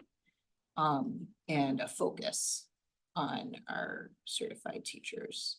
And so I guess that's the second part of the question is that the intention? Yeah, go ahead. You first. The questions definitely have me. It would be the board saying focus area for us as we go to the voters to ask for additional revenues on revenue. The educational programming, the track and maintain certified staff. And then really, like I said, from the last question, the operational maintenance expenses includes all the above, including educational programming and maintaining and attracting staff. But this is highlighted, right? So I think Board Member Simpkin, you're spot on. This is sending a message that this is the focus areas, right? Two of the big areas, educational programming and certified educators, along with the rest of the. That's a succinct way of describing it and explaining it. So I'd be curious to know, since as a board, we're gonna need to decide this final language. I'd be curious to know what the other board members are thinking as far as lifting up certified educators in the question. I guess where my brain is going is, yeah, our certified teachers are at the heart of what we do as a school. And so are so many other staff. And so I'm feeling a little mixed around lifting up one group in this way. I happen to agree. I wrestled back and forth with that particular thing when I was reading and everything. My issue, yes, I want a qualified quality teacher, but not every quality teacher is going to be a certified teacher. Not, there's different members in our school that make our school work. I don't want to limit us. And I'm afraid if we say certified, people are going to assume, oh, they only want a certain type of person. And I don't want to limit that, especially in the area of special education, because some of the best special eds teachers I've ever met are actually aides and assistants who are going for their degree. And that's all for me, Chair. Board Member Pearson. Nichelle had her hand before me. Oh, okay, Board Member Nichols. Yes, thank you. I was just gonna say, I appreciate the kind of the honing in on the certified educators piece. That my hand was raised not for that reason, but if we're able to, I think if we could expand it to just educators, I don't know if there's a way, if we can do that, but perhaps there's a way to consider that in the wording. And the other reason my hand was raised was more connected to the 100 million amount. My question is, tonight when we opened up the work group, Dr. Gothard made some comments about, the last few years with an influx of one-time funding has shown us creatively what we've been able to do. And now those funds are going away. And so I guess what I'm wondering is, is there anything in the 100,000 and embedded within this question that also allows us to potentially innovate or go back to some of the things that we learned over the last few years that we thought really worked well for students and staff? I know that's kind of down in the weeds a little bit, but I guess I was just curious if the 100 million, sorry, I don't know why I always do the 1,000, the 100 million provides some ability for us to adjust and address kind of more emergent needs over the course of the 4 years. Chair Castro, Board President Nichols, I think an excellent observation on your part. I think the first part of your question, attracting and retaining certified educators. I mean, we know that is a national plea right now with a lot of what we're seeing in terms of how higher ed is preparing and producing record low numbers of certified educators. So to me, it's very intentional that it's phrased that way. I also think we could include staff in general, just so it doesn't have to be specific, but it can say staff. Just to let our community know that we are a school district with a school community made up of a lot of different levels and experiences and expertise that make really strong schools for our community. The second part in terms of emerging needs and innovation, I think you raise an excellent point, and I guess I would answer it this way. At some point, we have to continue to create the very best priority-based budget for the Madison Metropolitan School District. And those priorities are based on the values that our community holds. They're based on the strategies that we're implement, and they're based on coming back to our community and saying that these are the outcomes we've achieved because of your support. And that is really difficult to do. And the second part of that that's difficult to do is there are some times that we fund things in a school district that do not create the kind of results that we set out to. And some of the more difficult decisions are to shift resources from those areas to some of our areas that are proven to really be effective. And I'm just saying that as being real. I don't know that we're going to come into great sources of revenue without law changes, without an explosion in student enrollment, which I don't think is out of the completely out of the question, but that's more of a long range plan. But we've got to take care of some things right now to give us the flexibility to create those great priorities for our students and for our community. I appreciate that response. I like the thinking about maintaining certified educators and including staff. And I appreciate your response on the 100 million. And I will just say, I'm pretty much in support of the question as it's written, with the caveat that if we could add and staff, I think that would make it make it more strong. Thank you. Board Member Pearson. Yeah, thank you. My response was very similar to Nichelle's response. My only thing is the word staff.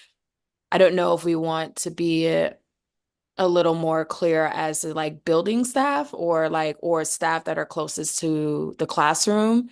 That way it's more, so folks won't be like, are we then giving like administrators or X, Y, and Z and changing that we're also kind of specifying where that is and whether that is like our hourly people. I was going to ask how we kind of factor them into this as well. So I'm thinking of like our hourly paid staff, like our SEAs and our food service people, custodians and such. So yeah. Chair Castro, Board Member Pearson, I think an excellent point. And I think that, again, this is a great question because I know what I meant, but you had other interpretations of that. So I do think it's important for us to be very clear. you can see where this could possibly go, members of the board. We could list, dozens of positions and we'd have a 2-page question, which we would never want. So I mean, at the expense of laboring over how many, words or classifications to add to this, I think what I'd like to do with your approval is to take this back to our team to see if we can come up with a more inclusive way to share how we would like to present this question to the community. I mean, I understood what you meant, Dr. Gothard. I understood it. It was just that I'm just thinking, me as myself, I get it because I'm in this space all the time, but someone out in the community may not understand necessarily what staff mean, because there's a lot of different types of staff. But without getting again in the weeds of it, if just, I think some way to just say it's closer, like, or staff that are directly like impacting children or something like that. I don't know. I'll let you guys do the semantics of that. I think I'm okay with the question. But I would like to know just more of like, if there's a couple years down the road where we're also looking at our hourly staff again, and wages for them, like how this may factor into the monies that we're asking for today. Yeah, so I'll still leave that on the table as a question, because I'm not exactly sure if we have talked in depth about that fact. I know we've talked about like our educators and our certified teachers and such, but not as much as for our hourly staff. So my hope is that we can find some way that includes them. And I understand like down the road, we don't know what's going to happen in a couple of years, especially around the inflation, as Ali had mentioned earlier. But I'm good with the question so far, just with those different kind of changes or caveats. Thank you. Any other questions or comments? All right, let us move forward. Okay. So, I want to kind of overview just the general condition of our facilities, some of the information that we've been sharing on folks in terms of our gaps with our facilities and where they're at. So if you want to hop to the next slide. I'll cover these quickly, but I think it's really important to understand the work that we've done out there in terms of facilities, setting us up to this spot in our journey on reviewing the needs. Go back one slide, Jesse. Oh, we're on it. Oh, I'm sorry. You got it already. What am I talking about? So this is just to talk about, we have our facility condition report told us we have 26 of our schools that were built 60+ years ago.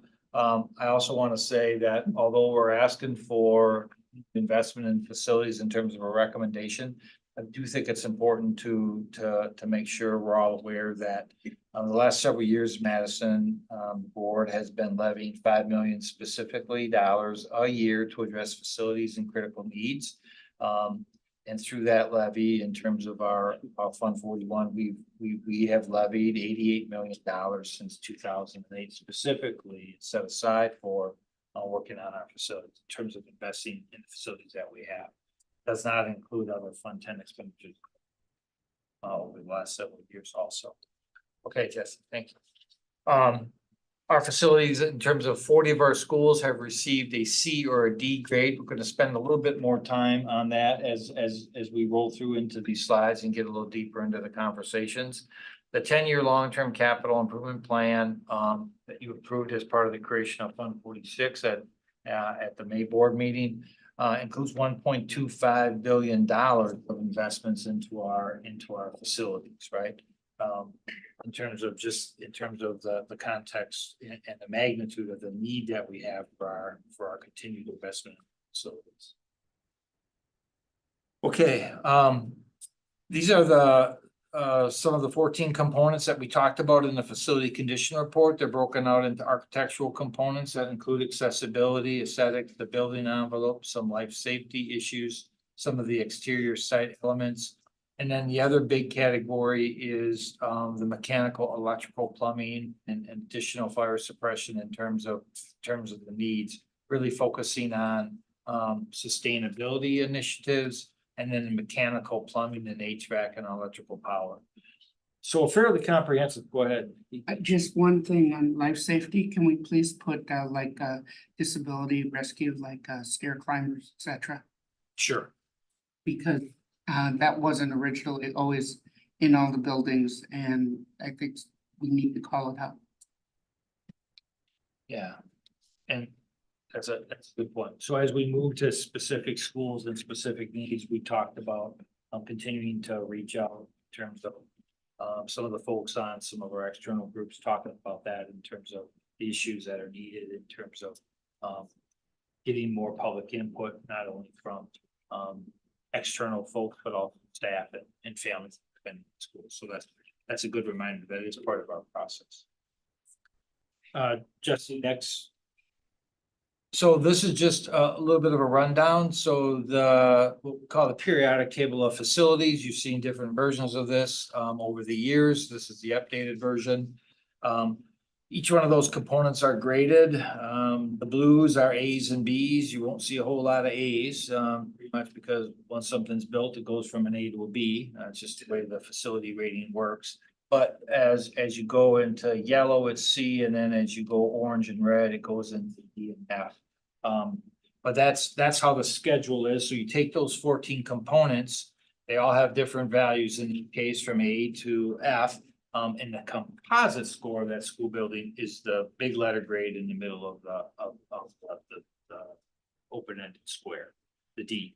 So the next slides are showing by comprehensive high school attendance area the ratings for each one of the schools that lie within the LaFollette attendance area.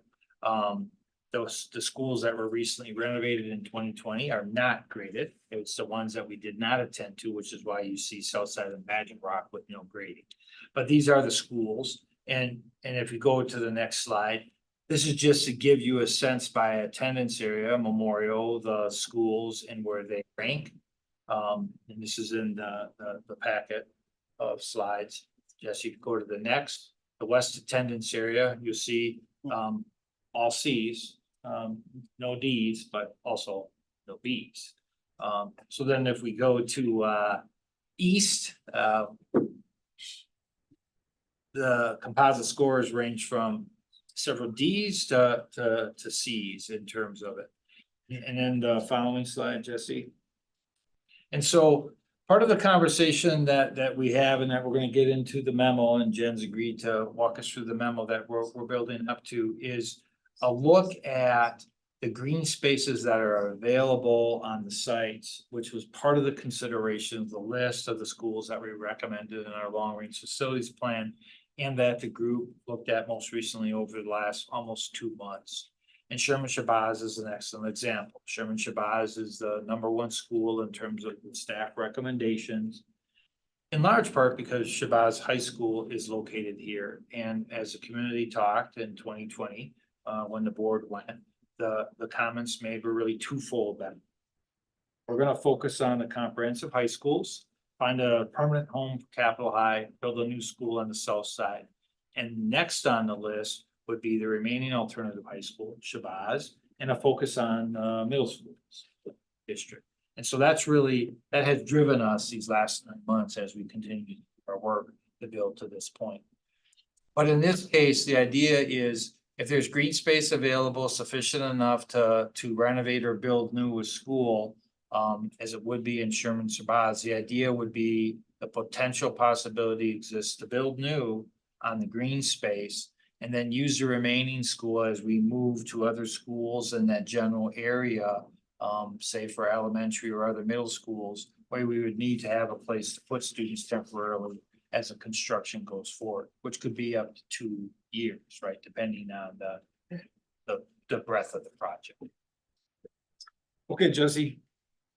So again, our key operating factors that frame the 2024 planning is that our total capital needs are greater than any single or greater than can possibly manage under state imposed revenue. But that we continue to prioritize with our equity lens being critical in terms of addressing accessibility and the issues that you pose. In addition to the facilities plan, as we talked about, is goes, in unison, the operating needs of each one of those, our conjunction. So many of the things in terms of our financial plan, it's really a comprehensive, integrated, long-term journey on our facilities and also looking at our academics, also balancing where our value is going and what you believe the average taxpayer can really bear in terms of the tax increase. And so just see the next slide.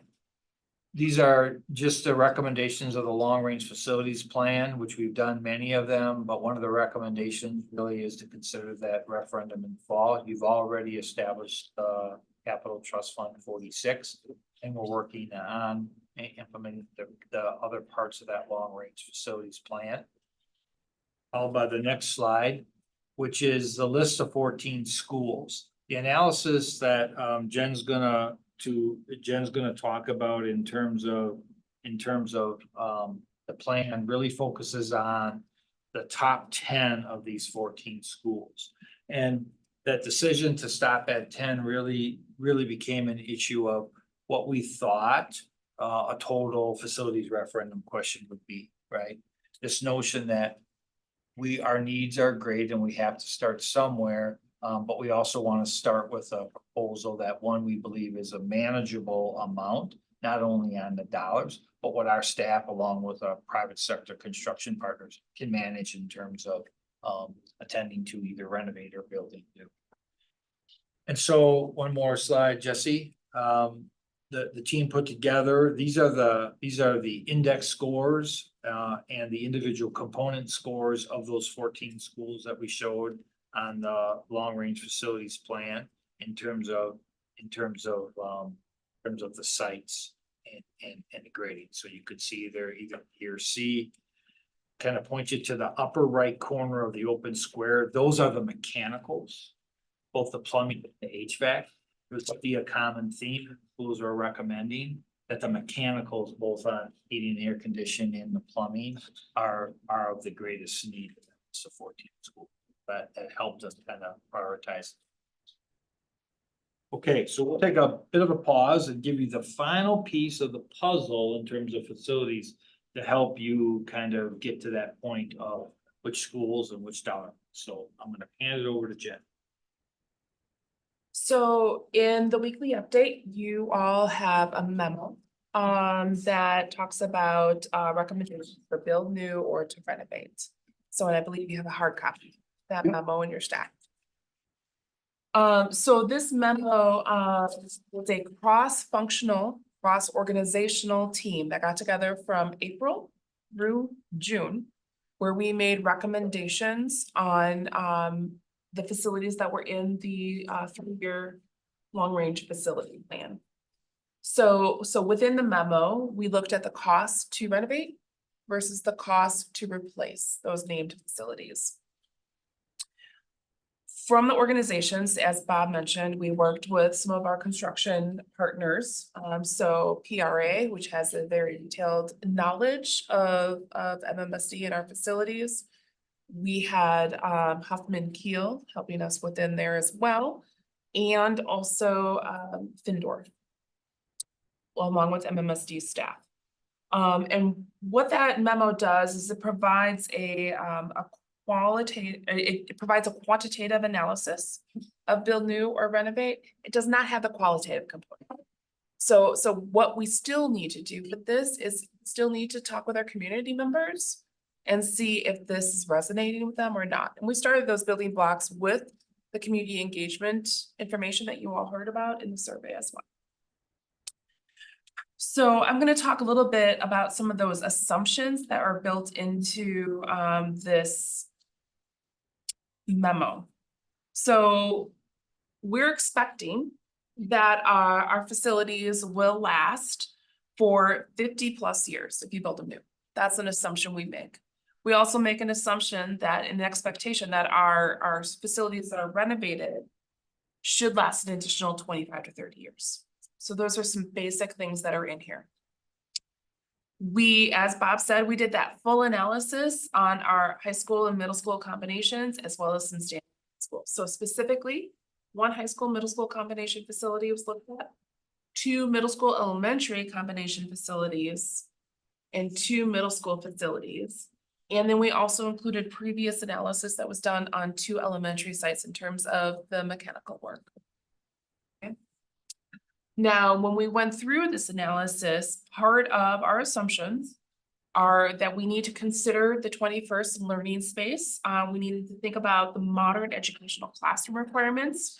And thinking about that, it might mean that you might need to increase the square footage of a building in thinking about what the needs are for the 21st century learning. Okay. We also thought about this factor that we used in the quantitative analysis that talked about what's the threshold of when you would recommend to replace and build new versus renovate. And so when the cost to build, let me make sure I get it right here. When the cost to renovate exceeds 60% of the cost to build new, we generally recommended to build new, okay? Now, there are other things that come into this, like I said before, community input, love of a building, that appreciation, all of that is still part of this that needs to come in the conversation. So the cost to replacement ratio is that 60% threshold. Slide please, Jesse. I want to take you through the organization memo. It's not that long. So but there's some really good stuff in there. So when you look at the memo itself. Here. So we list out the exact contributor who was involved in this. We have a very brief executive summary that puts the recommendations that we have right at the front, which I'm going to get to on one slide. We talk a quick hit on the background. So this is just going over all the information that you already know and have seen multiple times. And that we talked about just in that timeline earlier. And then the analysis is presented, so with the process. So that's getting into what is that cost to replacement ratio, that 60% threshold. We also talk a little bit about sustainability in there. So I want to make note that we have linked a very brief one, I'm going to call it a one pager, but my number is off. It's a little more than one page. About sustainability and what we need sustainability, which is a really nice way to get concise about that aspect. Bottom line, when you're going to be building a building, you're going to take into consideration sustainability. That's what it's getting to. Okay. And then we make our recommendations, and then we have some more details in the appendices for you, including the build schedule, which is the timeline. So shovel in the ground isn't gonna be this summer, it's not gonna be this fall. We're talking about shovel in the ground is in the, correct me, Bob, summer of 26. Thank you, spring at the earliest. Okay. Next slide, please. So these are the recommendations that we are offering up from this memo for consideration. Again, let me caveat, this is the quantitative analysis. It still needs the qualitative component. So in terms of Shabbat Sherman, Blackhawk and Gompers, Toki or Cherokee and Senate, we are recommending to replace with new for all facilities. For Anana and Crestwood, we're recommending renovation. I'm gonna look at Bob to see if I missed something that you would like to comment. Thank you, good job. The final tidbit to this is, remember that 26 of our facilities are more than 60 years old. So that puts it in perspective when you think about some of the assumptions that we are making around how long buildings should last and what we can expect. All right, and I am going to turn it back to Bob. Thank you, Jen. Very good work. I want to say, and Jen's already said it, but I just want to stress it again. This was an amazing effort and collaboration with our existing construction partner, Bendorf, Huff, Keel, PRA Architects, along working with design engineers. Dwight is an individual that first was PRA on the sustainability. He's the one that presented to us in terms of zero greenhouse gas emissions. But a really willingness to come together, and we met a lot. Officially twice a week and other conversations, side conversations. So really pulling together and it was no small feat to get us to where we are at. So these two questions, in terms of the way they're set up, option one, and there's a detailed chart, really lists a number, the wording of the question. Thanks, Jesse. Keep me on point. Appreciate that. Is a similar wording of most questions on facilities, right? We need to do two things. So although option one and option two is the 443 and the 507, you start with the amount, and let's spend a little bit of time on the amount. The question actually says general obligation bonds amount not to exceed $507 million. And this is a real important point to stress, and Jen mentioned it. At this point, in terms of where we are at in looking at our facilities and seeking the really important part, community input and public input.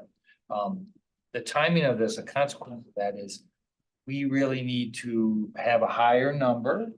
If we're not certain whether we want to renovate or new, and we believe the facility should be on the list, you go with the higher number. And so this is a maximum amount that we can sell bonds for. And under no circumstances could we sell bonds if we have a price that totals the 507 million. That's for build new and a decision is made later to renovate, right? We can only sell bonds for actual construction costs, and we have to time the sale of the bonds to meet the construction invoices as they come due, right? So there is a constriction in terms of the use of these dollars, which is very important for us. Yeah. Now, the next part of this is you traditionally list schools. As we did in the 2020 referendum, we talked about the full comprehensive high school, clear, building a new home for capital, and then building a elementary on the south side. We've inserted here the Malcolm Shabazz City High School for the reasons I mentioned. Then the focus on the middle schools, which is the memo that you have before you. And then elementary schools. Now, the same as the wording of the operations, we can specify or be very broad on the renovation. And this really comes to what board member Simkin mentioned on the operating. This becomes really the focal point when you're talking about this next period of investment. And middle schools, really, again, in the focus of middle schools, along with Malcolm and potentially some elementary schools, the focus on what we would be doing, right? And so that's what this question is all about in terms of the wording of the question. For comparison purposes, last time in 2020, we listed the specific schools and talked about, which is really important to start out with. Remember the surveys that we've been doing. The number one concern is the first question that we have on here, whether it's renovation or build new, it's heating and cooling, right? And the plumbing that goes with it. That's the first part of this facilities referendum. We did similar wordings for all the schools in the 2020 referendum question. And we ended the question in 2020, the 317 million, with the phrase at the end to specify that these dollars are also used for the acquisitions of furnishing, fixtures and equipment, right? So it's more than just building new or renovating, it's actually doing the interior of the buildings also, right? So I'm gonna stop there.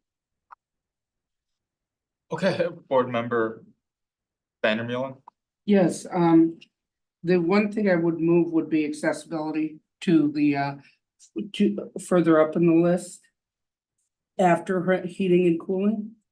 And the reason I say that is not just because of my personal interest, but we're 34 years after in July, at the end of July, it'll be 34 years since the ADA was passed. We still have parts of our buildings that are inaccessible 34 years after.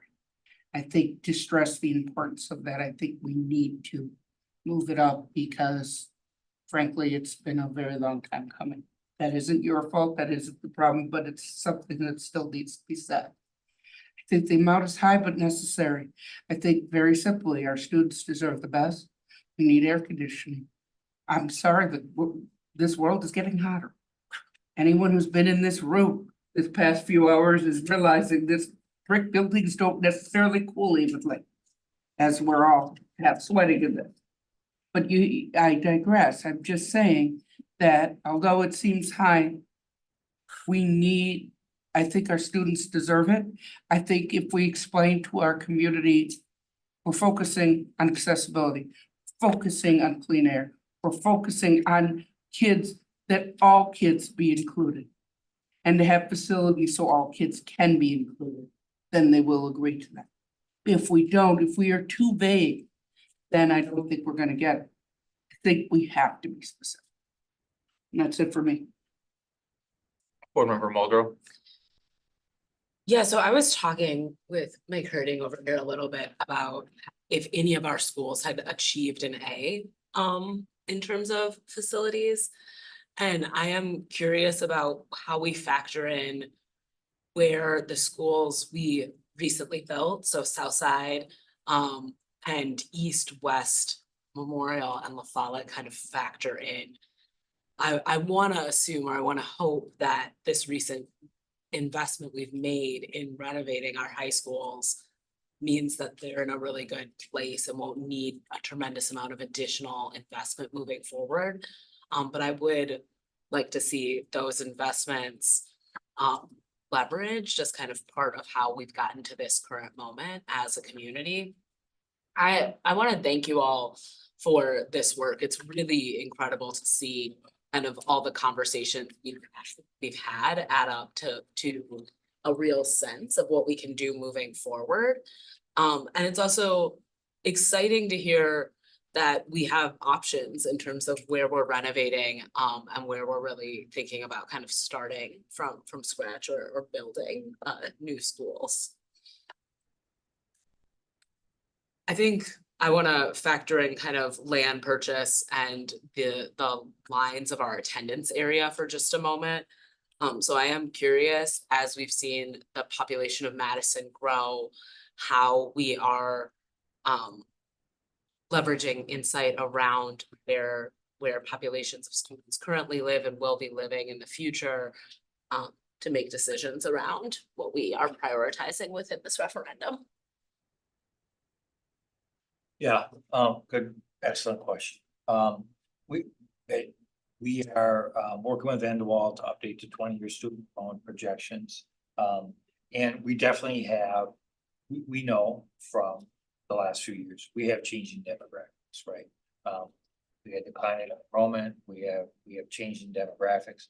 The 20-year enrollment projection will help us not only identify what's in the pipeline for planning new development within the district, but also shifting populations within the existing attendance areas, which we're going to have to consider, which will come into play, but it won't come into play on this referendum, right? Because we know we need to start somewhere, and we're going to need the middle schools regardless. And so we've tried to focus on the most needed critical needs, really the mechanicals, the HVAC, the plumbing, the composite scores, and then try to focus on the different areas of the city. Clearly changing demographics, it's going to change and its boundaries over time, but we need to get that 20-year report, and we need to talk about the academic offerings and what is going to be, I always mentioned, what is our enrollment strategy? What are we going to be planning? So that's in the works. But this study, these schools really don't get into that, right? These are focusing on middle schools, high needs elementary schools, and then that'll come next. Which is why we put the recommendation in, once we get the information back to Vanderbilt to do in that study. areas of Madison and looking at some real granular data to see what the future demographics look like in each particular area. We do have some work there. I think that's really relevant in part because I think the community has seen this board invest in land strategically to navigate kind of the shifts in our own attendance area. And it would be great to leverage the investments we've already made to ensure that we are, investing in our future strategically as a district. We had many conversations with the board around sustainability as it relates to our facilities. And some of this is investments in basic infrastructure. It's not the cuter part of renovations. It is the plumbing and the HVAC. How are we factoring in sustainability into this kind of projected or estimate related to the cost? Spend considerable time estimating out the cost of sustainability. From full borne geothermal with the borings and a full development, which is, I learned over the last 2 months, really contingent on the site itself. Is it allowed? But there are many sustainability measures that can be incorporated no matter. So it's really going to be specific on the site and the plans that are decided, but sustainability is a big piece on this. So we spent a lot of time with our partners talking about, and they knew, our partners know the board's priority on sustainability. So we did account for that in our costs in terms of square footage, and it ranges based on the sites. Yeah, I think one of the factors that would be really helpful, particularly in relationship to HVAC itself, would be to have a thorough understanding of what sites are compatible with geothermal and what that investment will look like from the district, as well as the cost savings related long-term to renewable energy. So it is one of those things that I think we can easily explain to our community. This costs more upfront, but in the long run, it saves us money and it benefits our environment.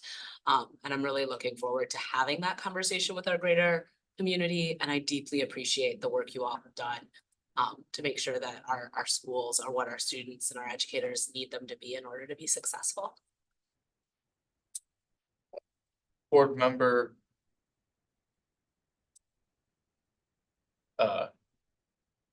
Fernando, please let me know if I'm saying your name right or wrong. Yeah, that's exactly how you say it.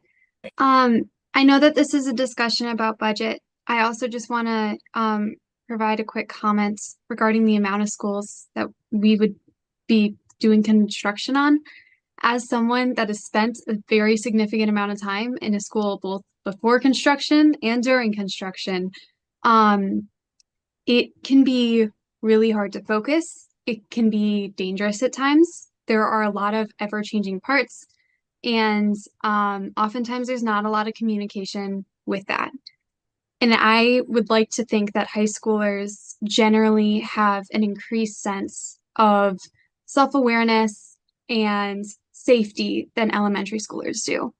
So I would just ask that while we're having these conversations about how many schools we're going to be doing construction on, we also consider the fact that those schools are going to need more support and that we don't overcommit to doing too many schools, that the students that are in the schools that are receiving construction or renovation or being redone completely are kind of seeing dips in grades and struggling with academics, just because I know that's been a pretty common theme throughout some of the high schools this past year. And, obviously this is a discussion about budget, and that I just ask that you keep that in mind as we go through all of this. Thanks. Thank you. Any other comments or questions? Board member Simkin. I was really interested in the idea that for some of these sites that we could build next to the existing school. And then I assume eventually we would then remove that school and turn that into the yard or the play space or where my brain goes automatically is contamination. So these are old buildings. Is the cost of remediation, which can be extraordinarily expensive, is that something that has been considered in these numbers? It has, demolition costs have been included in the estimates when the recommendation is to build. The other, it's a good point, the other part in terms of the renovation and build new, if you look at, the detailed chart. When we're talking about renovating or building new, we're talking about updating what really is in essence adding square footage from academic needs in terms of classrooms. So even when we talk about academics or replacing term, there is considerable square footage that's added. So we're not just doing a mirror of the existing facility. It's actually upgrading the facilities for educational needs. That's also built into the estimate. So there's the detail on the square footage expansion of the existing sites in that. That's all part of that. So, thank you. My second question is really related to really looking out long-term at what the population might be in these renovated or new schools. I'm wondering how far out we're really going to look, because when the city is talking about the level of growth that's anticipated, I have, a suspicion that any sort of projections that don't include very significant student growth in our school district are probably underestimating it. And I know we don't have those numbers yet, but I'm wondering how far out that view is, especially considering that we're talking about new schools that we're hoping to be for more than 50 years. Yeah, student enrollment projections are a difficult one to say. At times. But the Vanderwall study, we're updating the 20-year projection, and it's a 20-year projection, and you really need to attend to the projection for the next 20 years, I will say. But what they actually do is they look at developments that are in progress and what we're from the number side, the data side, the analysis side. When Vanderwall did our last study, they actually came up with some models for us, the type of developments that were happening, and they estimate come out of that just on their experience. And so they're going to be updating that model in some cases of developments that have already happened to get us better numbers on the type of housing and how many students or families that this is. So that's part of it. But really in terms of the 20-year, most projections have us declining initially with some growth later on. I think part of that really becomes our neighbors, Verona, Sun Prairie, Middleton, in terms of some of the development on the edge of the city that's currently not in the Madison School District, is in other districts. But we still have areas of new development that's going to be coming in terms of property transfers and agreements that existed. The development that was in the paper this week in terms of south of Elver Park on the west side, that property is right now in the Verona School District, but the agreement has it, once that's platted and becomes homes, the students are going to become Madison School District students. And so part of the Vanderwall study is looking at that, and we'll continue to look at that. Absolutely right, which is why we want to start with the middle schools that we know we're going to need, and then attend to the elementary school attendance areas in terms of development. So are the blueprints then for those new schools or those renovations really the blueprints for 20 years from now? No, there's no blueprints for any of the schools, which is a good and excellent point.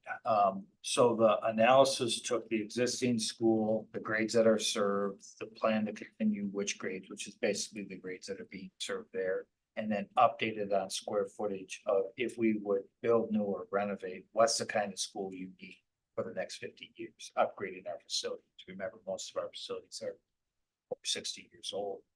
And so one of the benefits that we have is because we're not gonna be able to get construction really starting in earnest until spring of 2026. We have time to continue to seek public input, and you have time to continue to talk about the specific construction plans. Part of this facilities question is gonna be the official beginning of some of the detailed meetings that's happening parallel as we ask for the funds. So we know a lot, but we need to learn a lot more yet. Thank you. Board Member Mosner Feltham. I just wanna appreciate Jen and Bob, the whole team. I feel a lot. This memo was sort of like what I was like looking for over the past several months, and I obviously had it 6 months ago. So I'm feeling growing confidence and growing, confidence here. And I really appreciate the work to make that happen. Thank you. Seeing no other hands, we can move forward. Chair, may we take a 5-minute stretch break? Sure. Thank you.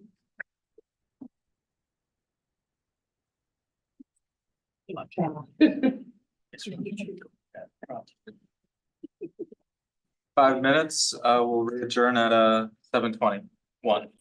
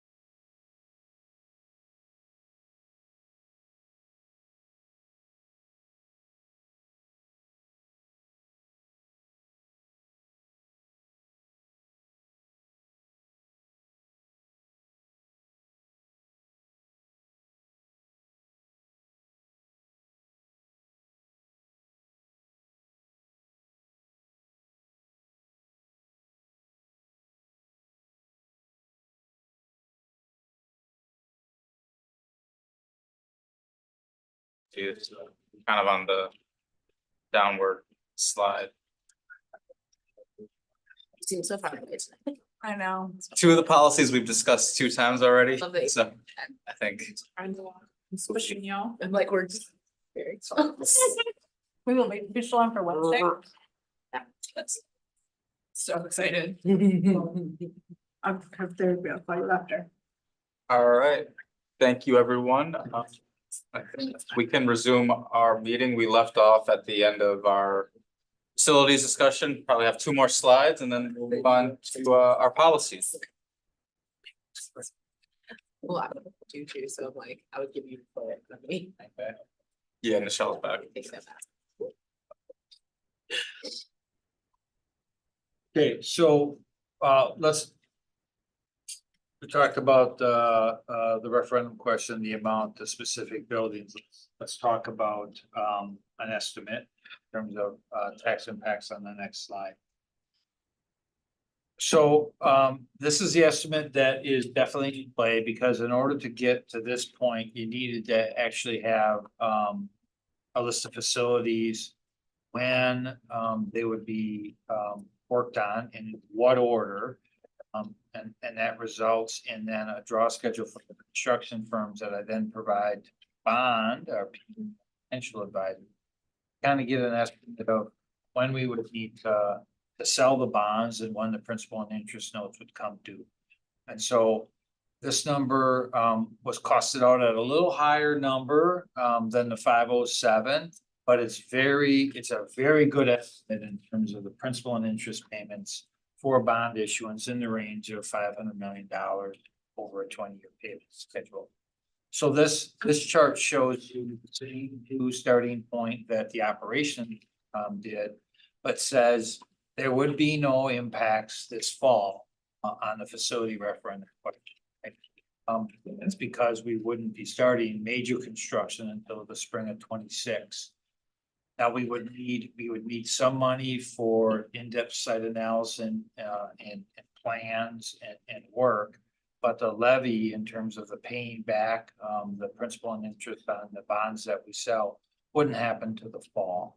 And so how the facilities referendum question goes is that would be the estimate in the fall of 2025, $327.47. And this estimate assumes a fairly level payment for repayment of those bonds over time. And so we would levy a similar amount. Unlike the operating referendum, there is no accumulation on a cumulative effect of the principal and interest.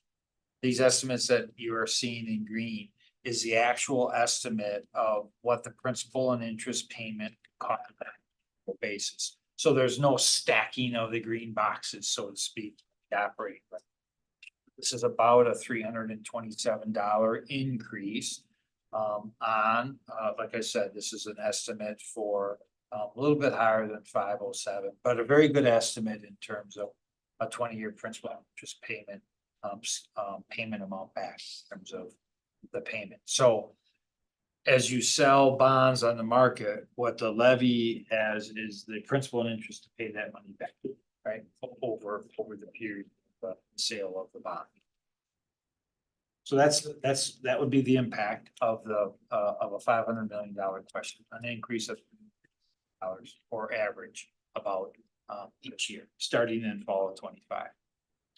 All right, so it's the same question. Next slide, Jesse.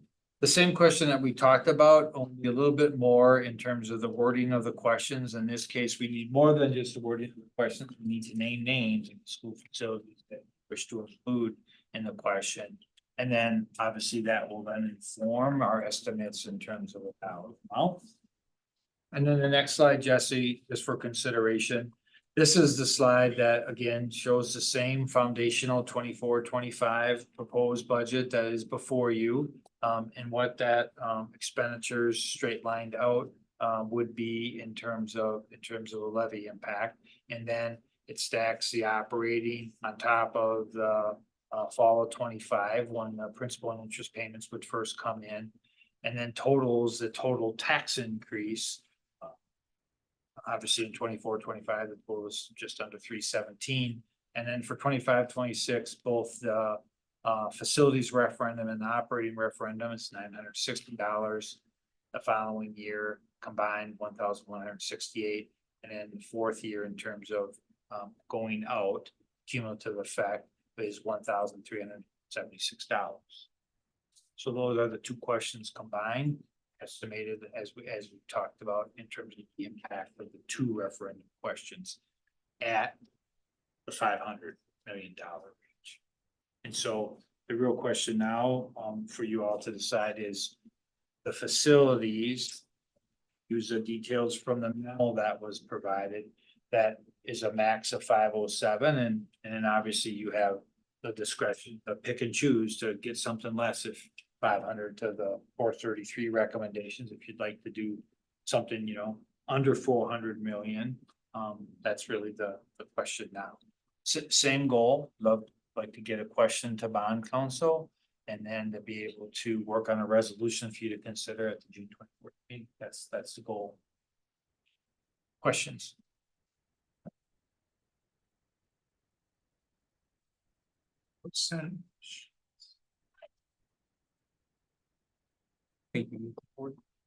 Oh, Board Member Muldrow.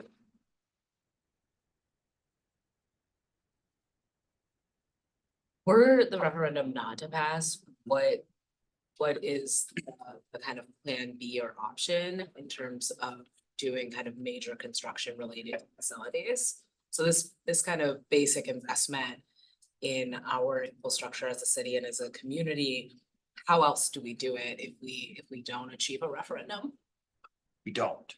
I mean, we continue to have flexibility to maybe levy a little bit more of that $5 million, use a little bit more of our operational dollars. But if we do that, then we're taking money out of the classroom, right? We're taking money away from the educational program. Under revenue limits, you just don't have any other options, really on the facilities. If you have a need, you have to seek board approval. It's just not take it away. Bob, I feel like the question I want to ask is somewhat unfair to you because you're not the person who decides what like the revenue limit is. But I am curious, what is the thinking or justification used by our legislature to position districts in a way that they cannot, that they don't have the authority to levy a tax to ensure that their facilities maintain their integrity? What is the strategy in having a legislature that doesn't give the district the authority to keep up with inflation?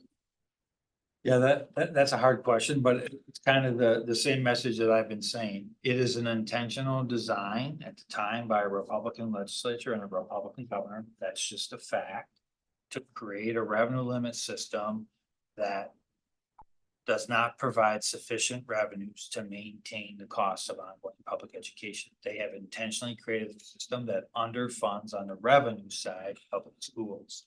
And the justification behind that, I really don't know. You'd have to ask them. But our reality is this is the world of school finance, and you only can get additional revenues by asking the voters to provide and agree to invest in facilities. And until the ability to change state law happens, that's school finance in Wisconsin. In terms of the overall state of Wisconsin, how common is it for districts to go to referendum in order to address the needs of their facilities? And I do know that we're among 2% of districts in terms of, you know, across the nation having over 20,000 children or students attend our district. So that may position us, you know, really differently than districts across the state. And still, I think we've seen a lot of districts go to referendum operating facilities over the last few years. I don't have the total numbers in terms of how many districts have gone, but it's nearly impossible under how revenue limits are structured today for a school to spend any significant facility improvement, particularly building new or a major renovation, because the money just doesn't exist under revenues. The money doesn't cover inflation on normal day-to-day operations, let alone the ability to maintain facilities and address the needs. That just doesn't, the revenue limits don't work that way. I really appreciate that because I think what it lets people know is that this isn't an issue of how we manage our resources as a district, but really an issue of kind of the reality of the limitations of those resources. And also, were we to not pass this facilities referendum, we would be positioned to see our buildings continue to deteriorate without much of an ability to intervene and ensure that we have the quality facilities that our young people and our educators need to be successful at school. So thank you for bringing this forward and, you know, kind of walking us through how we got here and what we need to do to ensure that we can do the right thing. Thank you. Board Member Simkin? I'm looking at the wording of the question, and I'm a little fascinated by it. It's, you know, it's kind of a kitchen sink approach. And at the same time, there's, when you start to think about each piece pulled out, there is so much promise related to some of these very specific components. So just the word cooling, the idea that our buildings will have air conditioning is compelling, you know, for anybody who doesn't have it. When I'm thinking about the idea of having modern STEM labs in our schools, and I feel like alongside wording like this, we would want to provide some sort of a vision of what that means. Thinking about, you know, we've added the word cafeteria in here, but I know from our conversations, it's not just talking about building a new open space with seats for students to eat. It's about having enough room for everybody to be able to eat if we provide scratch cooking in that school. And so there's this is really catching me because it's so deep. It's about the promise of our schools in the future. And so when I'm looking at this, I'm hoping that we are going to have some of those components side by side that we can be talking about, you know, what that vision is, what we're offering to provide in exchange for this new or renovated space.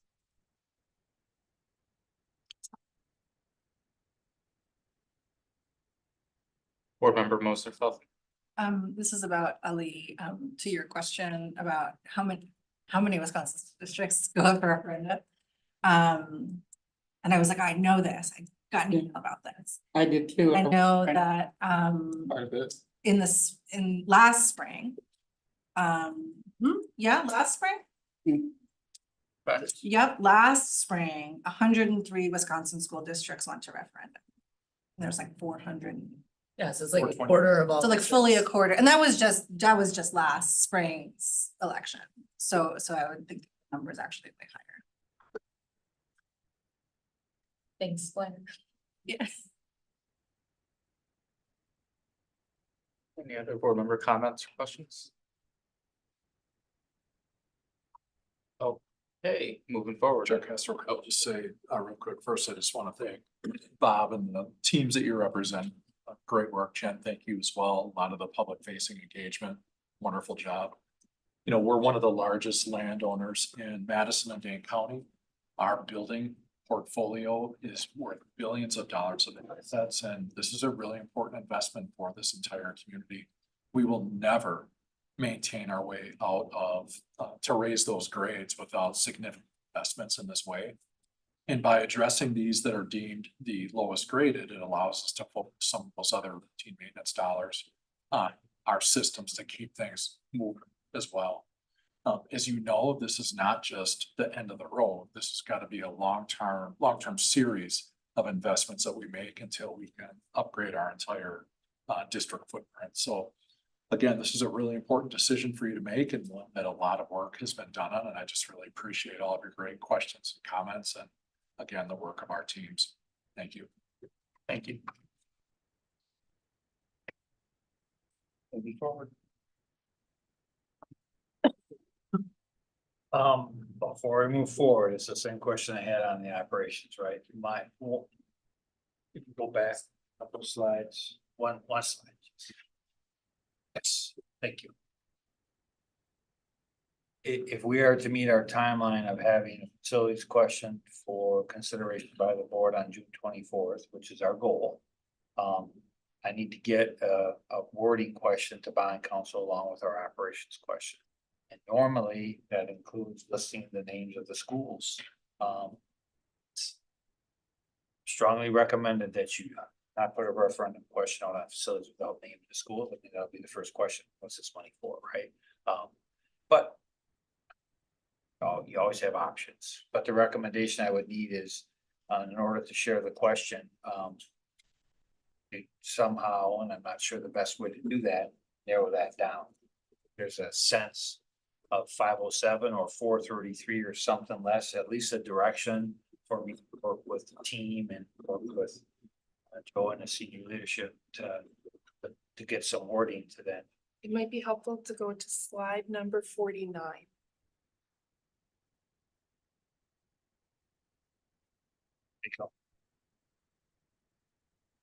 So this is really, the first part, well, goes hand in glove, I guess is the phrase. Naming the schools allows us to put a dollar amount based on the staff recommendation. Again, at this point, we're going with a higher number, even if you feel strongly that you would rather renovate, say Shabazz versus build new, right? At this point, because we don't have the definitive answer, we don't have as much, but all the way, but we don't have as much as we feel you would want. That has to happen kind of on a parallel track. But in order for us to keep moving forward and begin those conversations, we need to name schools and put a dollar amount on that question. And again, remember, the question is a maximum amount. Can't go above it, but we can definitely go below it, and we'd only use the projects. Board Member Van Reelen. Comfortable with the 507 and to use the top 10 schools on the list that is on page 49.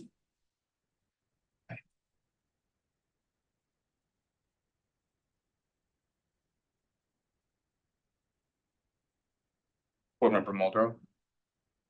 I'm comfortable with option 2 at this point. I do hope in the long run, as we continue to have the conversation, so that would be the $507 million option.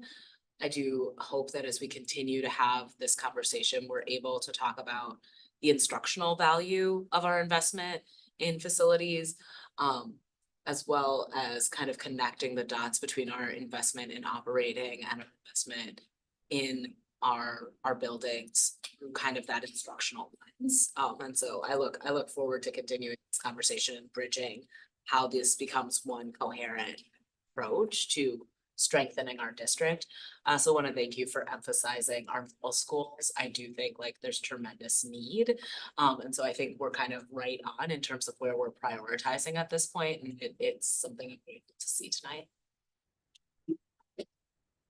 Yeah, I'll add that I am good with option 2, I think, in addition to the instructional value that these new buildings can provide. The feelings of psychological safety that newer buildings with enhanced safety can contribute for staff and students feeling like they're safe in their learning environments would be very important, as well as our goals with regard to sustainability. Oh, I forgot to say the number.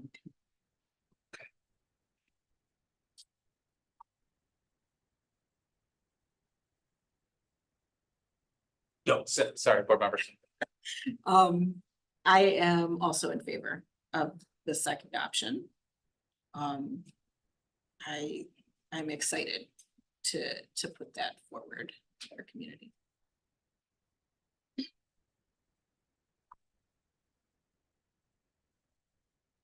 Any board member Nichols? I am in support of option 2 to replace the buildings listed above and renovate the following at the 507, and also to know that we'll have additional details coming forward after more community engagement and a build out of plans.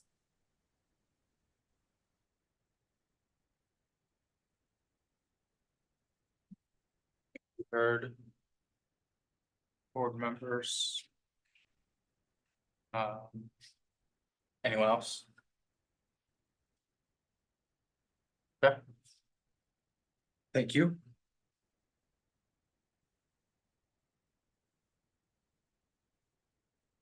Thanks, Jesse.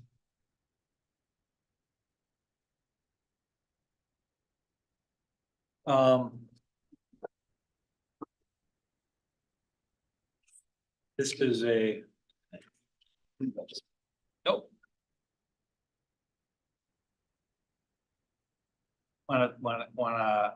As Chair Castro mentioned, we've talked about some of these policies a couple of times. This is returning to our existing fees at policy 3340 and 3710. Also, Josh is here, Perkins, our food service director, to about the need for us to adopt new policies and policies for the USDA food service program. He talked about the student equity in terms of the standards for Neola to a process for waiving the fees is consistent with board policy. Student filings with loss items in terms of those would not be waivable, the fines for damage or loss items. The rationale to adopt it would be it's a system format. Third, it defines the process that we currently have under which principals are followed to waive student fees. Conceptually, the process is very similar to existing policy, just further delineates and clarifies the policy. Then denial of the waiver by a principal would continue to be a restricted.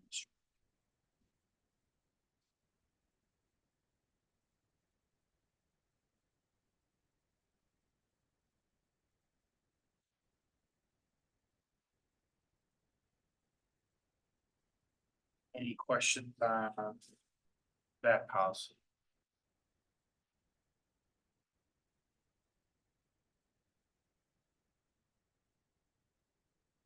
So. Want to make sure I'm looking. Help me center myself, please, with this stack of. So this is the one student fees. Charges.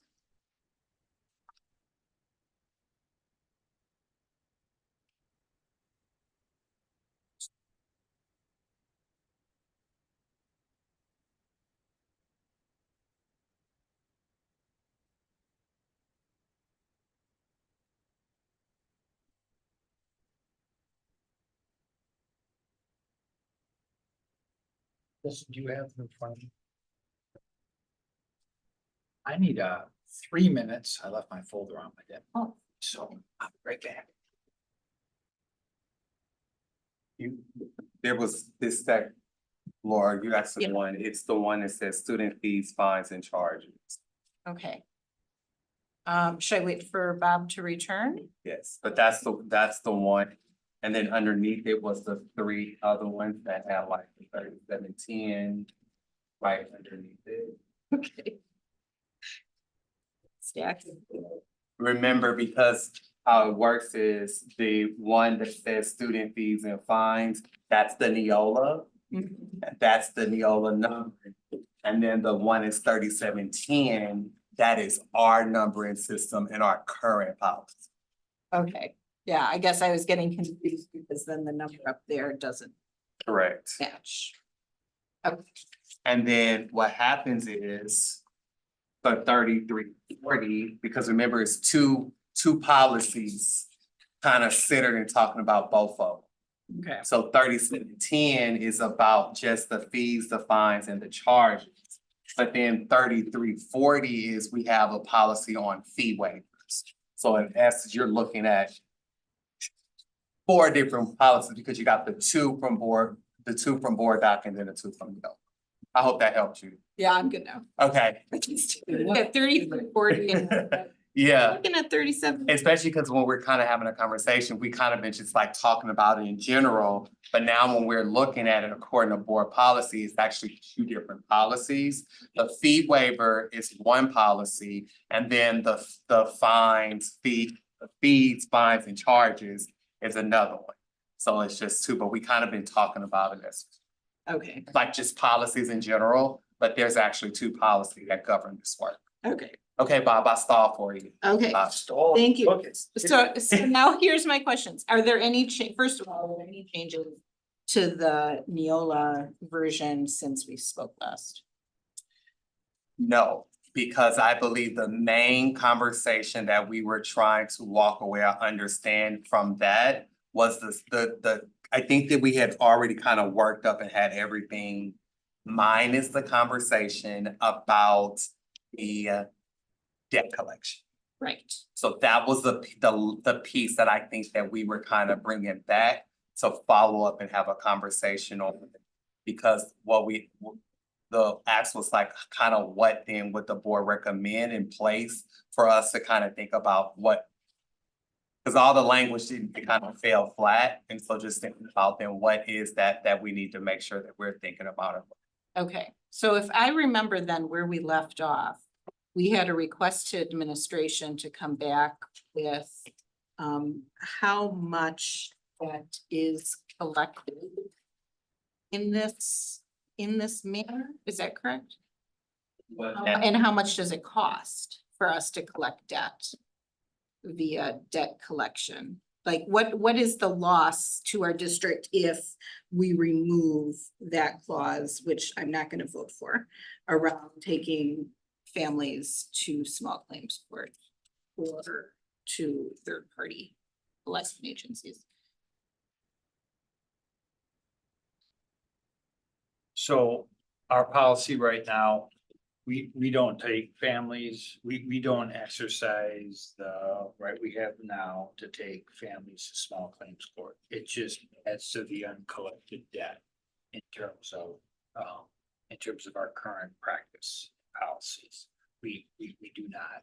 In terms of third-party debt collection, we do not use third-party debt collectors for student fees and student debt. The issue was, it's a common business practice, and our level of uncollected debt with our general fees paid on USDA continues to increase. So the question is, if we can't collect this revenue, are we going to use more means to try to collect this revenue, or we have to address it on the budget side and we have to fill that revenue hole with either cutting expenditures or subsidizing Fund 10? Okay. Yeah. So That's the summary of the conversation. thank you very much. So I still feel very secure that I want to remove the clause that says that the board authorizes the direct administrator or designee to either take the student or the student's parents to small claims court for collection, or contract with a third-party vendor to collect unpaid student fines, fees, and or expenses, including food service unpaid balances. And I continue to feel that way because I don't believe that families should ever be penalized for having their children attend public school. In terms of where that money is then going to come from, to me, that is an important conversation, and one that does that if we were to remove this from the policy, I could go ahead and pass and vote to pass the policy. And then I think that then becomes another really interesting question. Where is that money going to come from? We did have today a public speaker that said that there's a campaign that started around debt of students within our food program, which is amazing. And not all that surprising to me, actually, because we're that kind of and I feel like we can come up with creative ways to make sure that we can have a sustainable fantastic food service program without needing to penalize families. So if I may, just because you mentioned food service, and to harken back to a question you asked a moment ago, for Fund 50 specifically, and I described this in conversations, you asked about the cost. So about $250,000 last operating year, slightly less than that this year. We've controlled it a little bit better. Probably I would speculate the campaign may have raised visibility on the issue to some extent. That is a considerable amount of and that's the point that I wanted to reiterate that I hope I made clearly in the last two discussions is my belief is, that the fund that supports food service operates in isolation. It is expected to be self-generating. And so when we see erosion of funds in that way, as Bob alluded to, there are very few ways to recover that other than grow the program. And if you think about the conundrum there, you've subtracted $250,000 from the resources in that program, and you need to grow the program to recover that $250,000, or else cut expenditures, which then further compromises the capacity of the program. The point I wanted to make was simply that the current scenario has us distributing that amount of money back to a relatively small number of households, where if the money were being used in the traditional way within Fund 50, the food service program, the way that it's built to operate, it benefits every student program. So the funds really need to be returned to Fund 50 to best benefit the community. Yeah, so I know that it sounded like this effort around paying off food debt is new within the last several weeks. I'm wondering if there has been any outreach to the organization, to the coalition of organizations that are interested in that, creating a partnership. Some of those groups are explicitly political, and we cannot have affiliation in that way. That's the answer to that part of the question. So I also wanted to point out, I believe it's fairly routine to see press because it's a great story. Whether it's a private corporation who pays off debts, and this happens crop up pretty regularly. Corporation pays off the entire debt of a district, small township, this can range, the amounts can range hugely. The issue that I see with it is a good solution for 1 year. And I wonder if it will be a tenable solution for us year after year after year. I don't expect, it's only 2 years into it, but the 2 years of the history since the pandemic and since the withdrawal of the federal assistance for those programs, has resulted in truly historically high levels of debt. Those aren't sustainable by the fund going forward. And if there's a sense or a conviction, I don't know how an analysis could really be done to support it, but if there's a conviction that the community has this need, and this is why the debt is mounting at the levels that it is, the campaign this year could very well be completely successful, and we could have the same issue of the same magnitude next year. And so I think we have to look at the longer term for a true solution.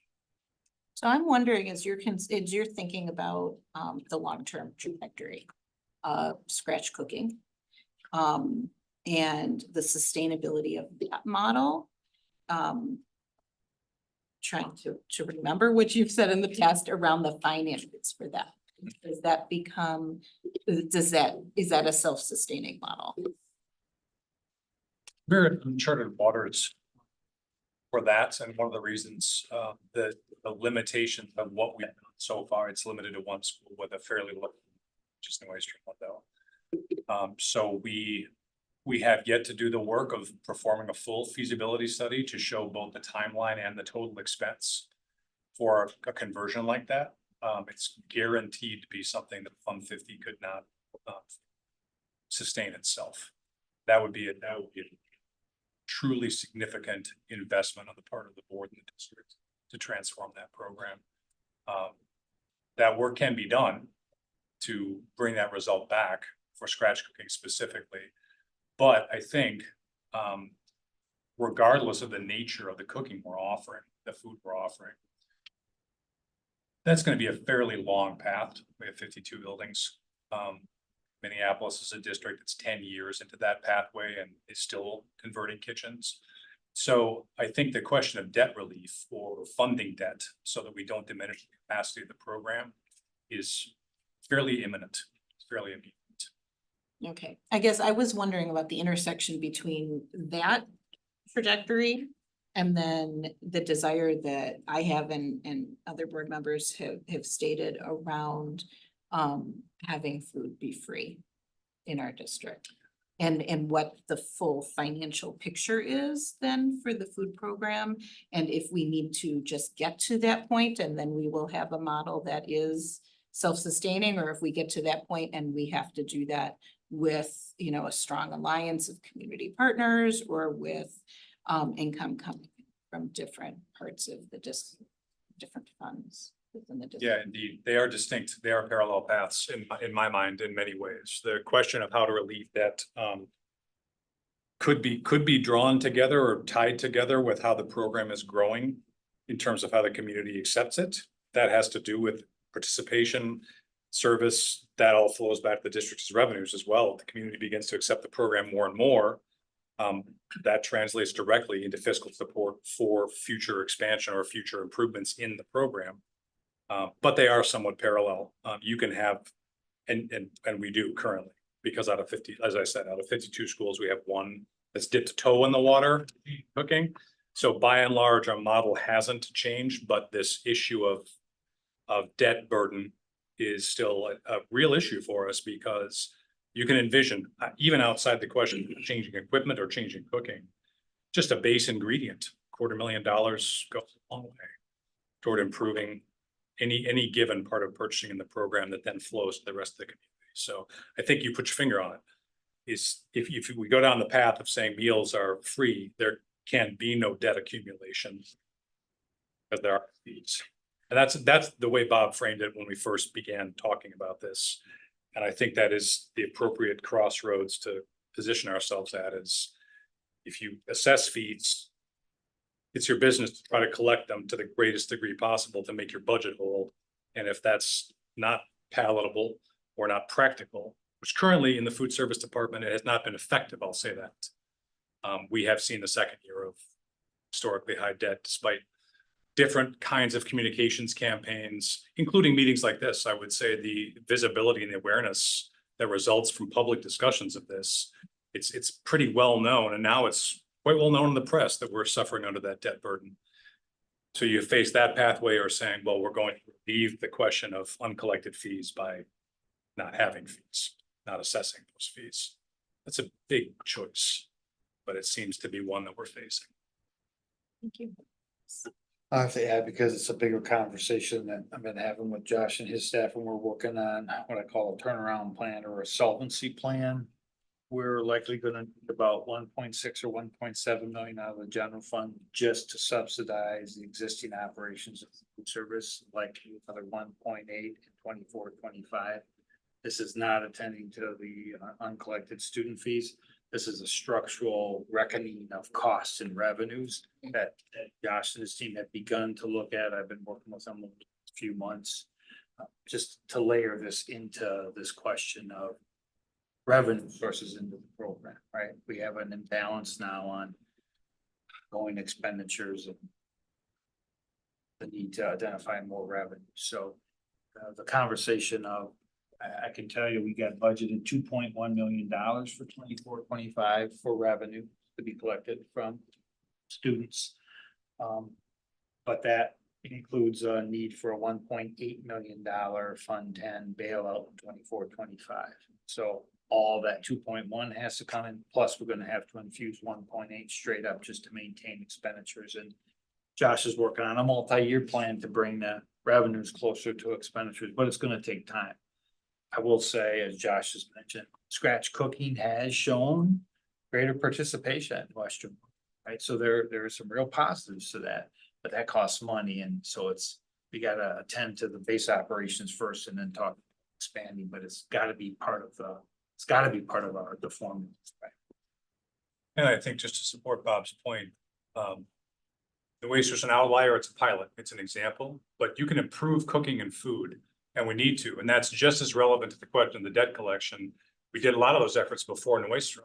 So for example, new recipes, culturally relevant recipes, after I went on La Movida and joked around, we developed chilaquiles. Well, that's scratch cooking, but it took place in the tray pack model we use everywhere. So those things are resources that take time, they take money. You know, we pay staff to develop these things, but then they become benefits to the public at large outside of outliers and pilots. That's the way our model is really built to function. And so that's why the question is so high stakes.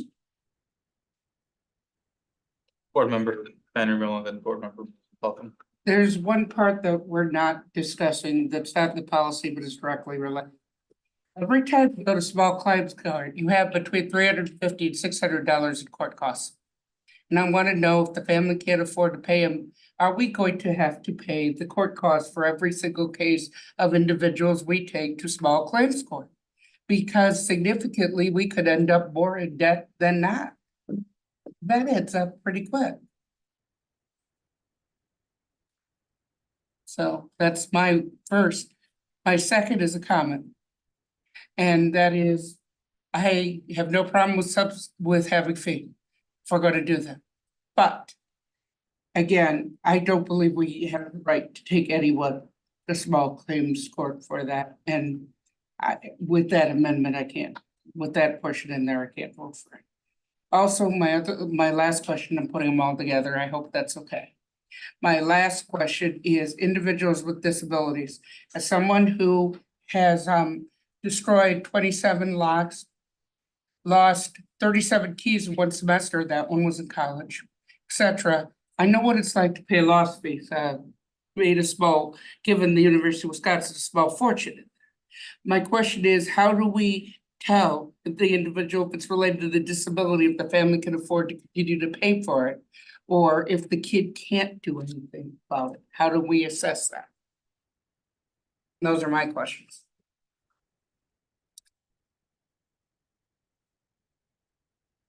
I can address the last one just from the perspective of Yeah. 150. And it's a very technical answer. I'm not allowed. So unless there's a documented and equitable policy to waive fees that are assessed by virtue of the federal rubric, which we do not have, and I can't even fathom how to begin to craft one. You know, federal assistance covers need for meals, and the rest are fees outside of the declaration of free meals. You know, there's not much gray area in there. Was afraid you were gonna say that. Sorry, No, it's not you, it's the federal government of that. it's a tough one. Yeah, it's a tough one. It was a very supportive program that was there for 2 years, and then it's no longer there. And during that time, a lot of costs rose precipitously. So On the other two, I do wonder on court costs, if we can find out exactly how often we would go to court, if we even know that. We have, I think that's what we were talking about, like, so at this pace, we have not used that to be able to say, like, this is what the cost has been previously or what it would be moving. But what it sounds like, because I just want to make sure, I know we are using food service as a template, but I just want to make sure we can just kind of center in on the actual recommendations. And what I'm hearing thus far from the board members is what the thus far is just removing the statement around third party vendor collection, unpaid student fees or expenses or within the policy. That is what I'm hearing now, because I want to make sure like we're just focused on the actual policy that we have here to make sure we can. Yeah, sorry, I got off track. Is that a fair assumption? Yes. Okay, thank you. Just a clarification, are we also removing the small claims court? That's Yes. part of it. We're removing both. I just want. Yes. We're removing both small claims court and third party. Yes. Okay. Board member Moser Felton. I have two questions. And pardon my forgetfulness or my disorganization. Last time we talked about this, I think one of the questions that I asked was like, about the scope of unpaid fees beyond food service, and I remember we got that number, and then I thought I was curious about like what departments those are out of are. Did that come in a weekly update that I missed, or are we still? Those, And what, oh, I can tell you. yes, So those are from athletics, consumables, planners, textbooks, technology, uniforms. Those are all the areas that you have.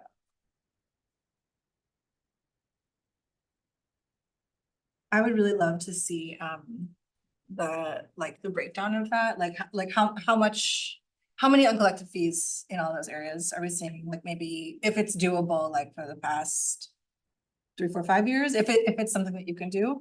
And then my other question, like Josh, when you talk to folks who are in your position, but in a different department, what can you tell me about the conversation on uncollected fees when you talk to, and I regret that I don't have the person's name in my head, about broken Chromebooks, not collecting fees on or something.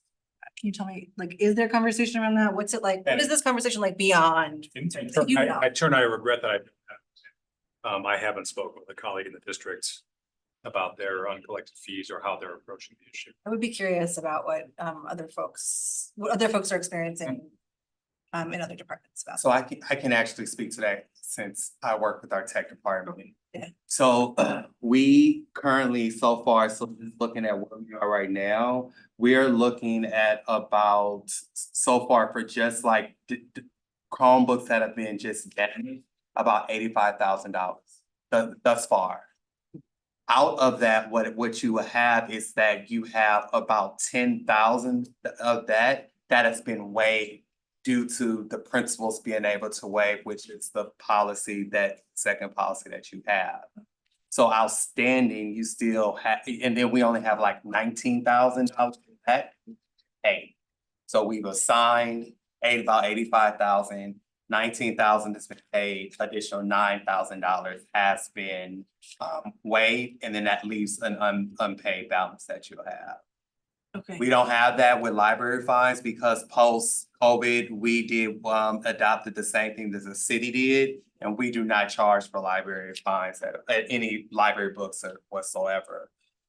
But we've been able to, in other words, and this is a great example, is we don't really fine students, but because we have a really good time in school funds, we're able to really be able to pump those books back into our library space. Because we already know like that revenue source is coming, and our LMTSs do a really good job of using those funds to replace those books that are not coming back into the library. So that system has kind of already been in place, and so that's one of the rationales for it. Josh, you don't have anything like that in your. Don't. Okay, thanks. Thank you. I guess my last question is about like, I hear you saying either we figure out a way to recoup these fees so that we can make the program whole, do what we want to do for all students, or move to free school meals for all students. My question is about like, let's say the policy that passes doesn't give you this mechanism for collecting those fees. Like we could revisit it in a year, right? Like I'm thinking about we have community interest. I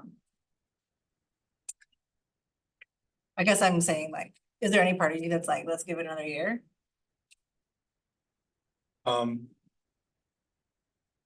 pretty certain what's gonna happen in another year. You feel like, no, I see that, I see what's happening. Okay, Yeah, thank you. I was just curious about. certainly possible to let that play out. I don't think you're gonna see a sea change in the level of debt we accrue. And I think it still will end up being a net debit against the capacity of the program. I don't want to withhold what that money can buy from the rest of the community. Sure. So. And then what my last little question is, this is, I know that you're in touch with people who are in your type of role in other cities. This is something that people are seeing across the nation. It started happening in 2023.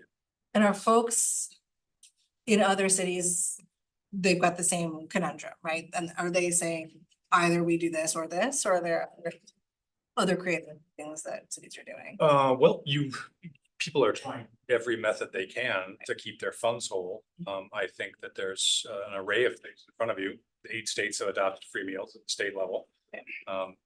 Brings its own challenges, but it is a fiscal solution to some of those problems. There have been, as I mentioned, many fundraising efforts, private corporations, community groups.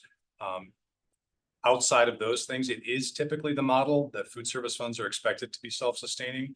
It's not in every case. In some cases, districts elect to support the food service fund, but in the main, they're expected to be self-sustaining. And so that third big category that Bob mentioned, just covering costs to try to compensate for that, which can be tough. Thanks. Yep, thank you. And I would just add, I think it's, I'm glad we're starting to talk about what specifically needs to happen so we can move forward, because I do, part of it for us was DPI's requirement. We don't have a board ratified policy that governs this currently. And I wasn't responsible for giving them a specific date, but only to say that this is before the board. But I think that they will come back to see us in the fall, and it would be good if we had some progress on it.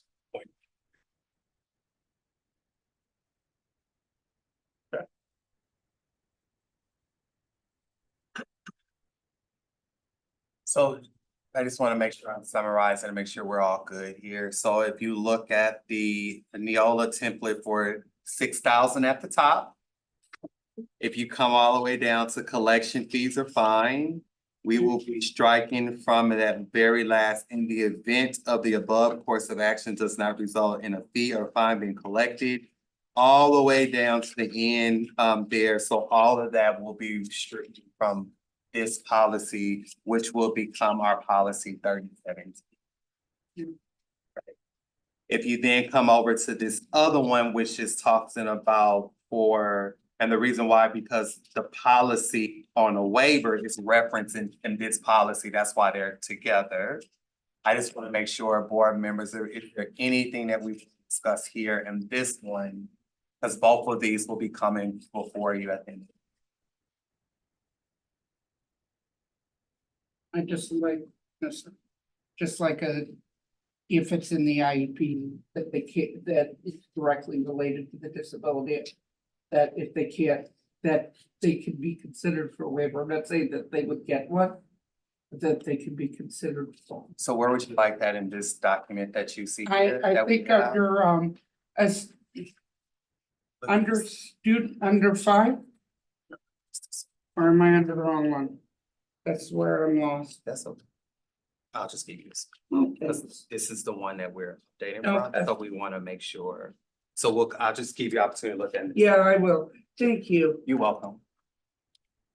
Probably under D for significant losses of it. No, that won't work.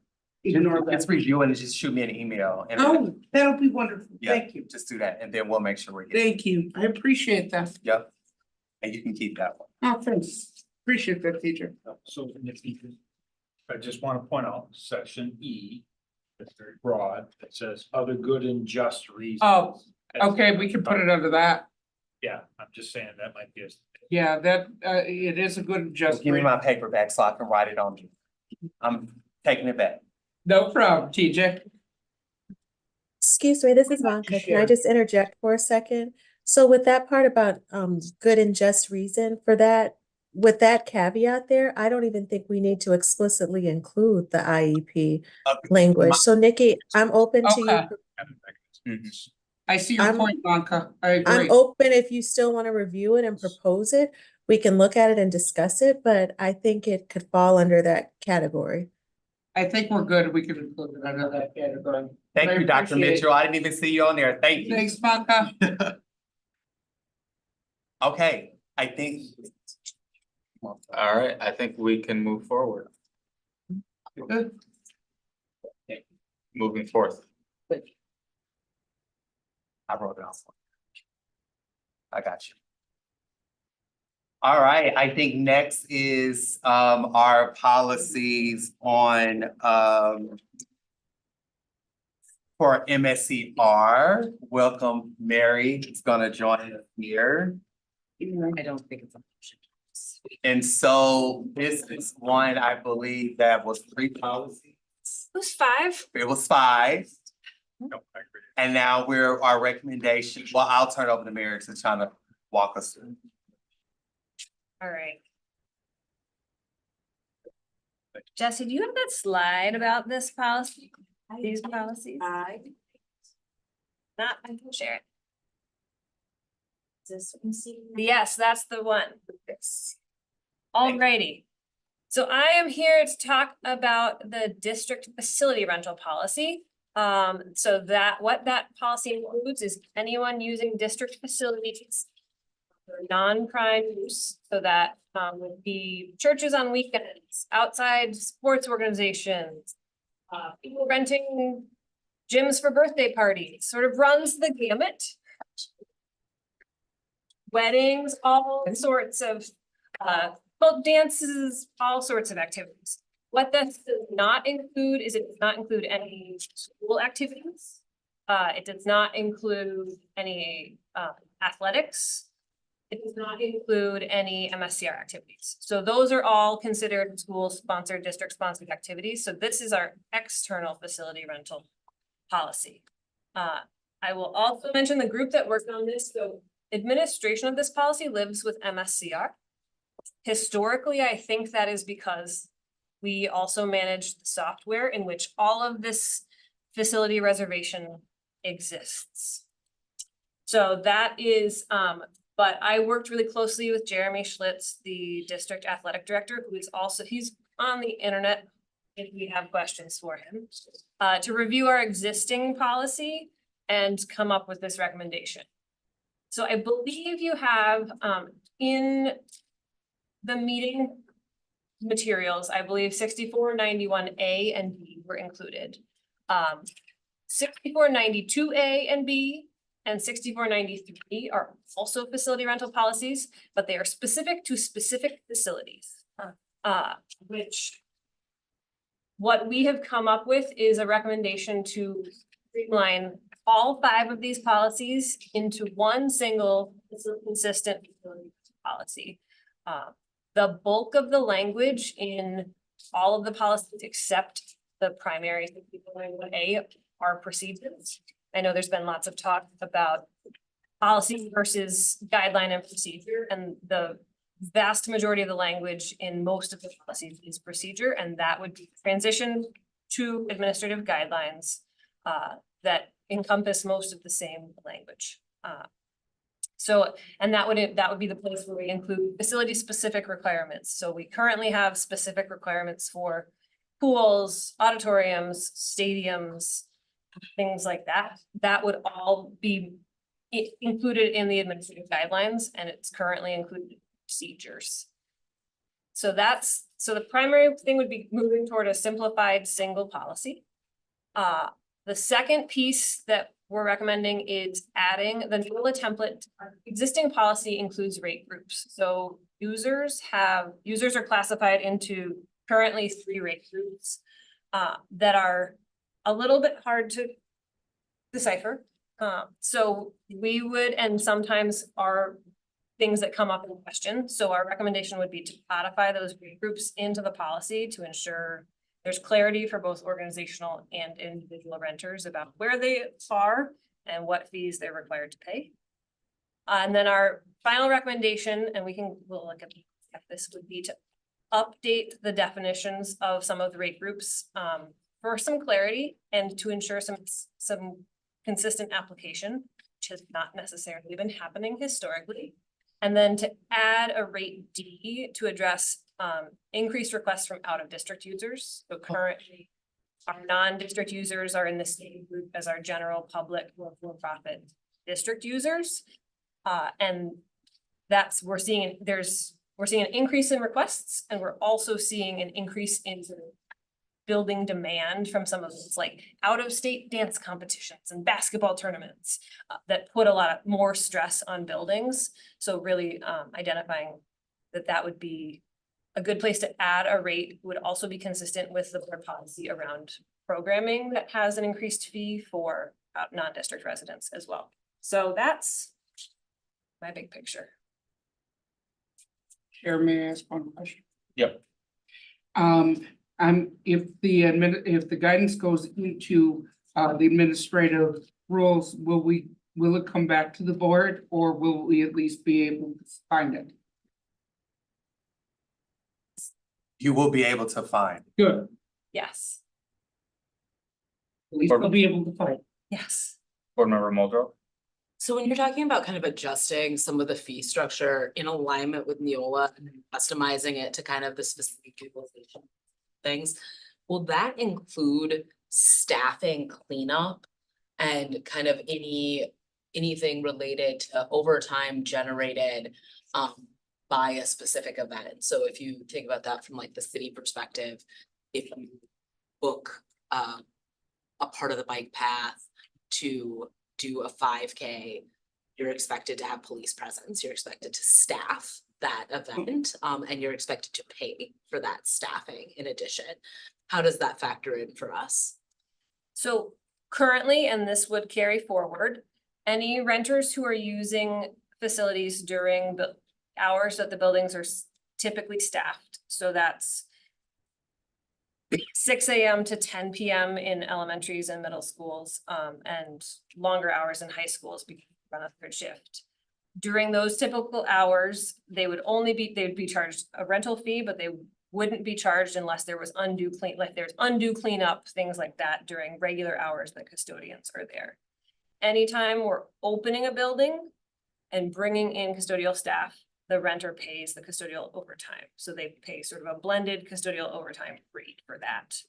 So per the existing policy and the new policy, the educational budget can't subsidize any of this. So the intent is that the fees cover the actual costs to use the facilities, but aren't intended to make a profit. Right, I think in the state statute, Monica could probably speak to that. The state statute specifies that it should only cover the costs, the actual costs of using the facilities, which can include maintenance, things like that. So that's how that's big. I really appreciate you bringing this to us. I think it's easy for me to support kind of the restructuring as long as it aligns with kind of the specific utilization of our things, and we have a fee structure that remains accessible to the greater community. Board Member Nichols? Yes, thank you. Hey, Mary, my question is, in the rate structure, can you tell me, with the expansion of more schools being designated as community schools and the kind of intentional collaboration that community schools do with community partners, often who are nonprofit organizations, what are sometimes the fees grouped as a no charge, or do they typically end up in the group, the rate A, which is like the nonprofits that have some fee association? That's a great question. That would be, so any nonprofit that is youth serving based in the within MSD boundaries, serving primarily Madison district residents would qualify for rate A. If they are intentionally partnering with community schools, and community schools is in part sponsoring the activity, that would in many cases likely fall into that being a school sponsored activity. So community schools activities would fall within the guidelines that are distributed annually to building heads around what a school sponsored event is. So that typically means that there's a district staff on site who in the course of their regular duties of their work is there supervising the activity. So that could be a community schools resource coordinator. That could be a family engagement coordinator. So if that person is there and is part of the sponsorship of that event, that would be something that would have no charge and would be a school sponsored event. Thanks for clarifying.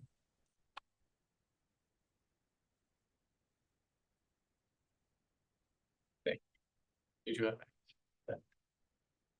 Yeah, I'll just add, I am supportive of this language change so long as it, maintains that our buildings are accessible to the folks that they serve. Board Member Simkin. I'm curious about the state guidelines that this can't be income producing. Is that in aggregate that it can't be income producing since we're charging different rates to different groups? That is a question I would have to look into more, in looking at the statute language, and that might be something for Monka to look at. As like the specific language around. Is it individual instances or course of the? I can get back to you on that question. Board Member Simkin, I can look into that, but can you expound on if there's something like how are you hoping that this will clarify for you? Well, I guess what I'm wondering is, I guess if it's individual usage, then I guess what I'm wondering is, are we then losing money on every situation except for the most expensive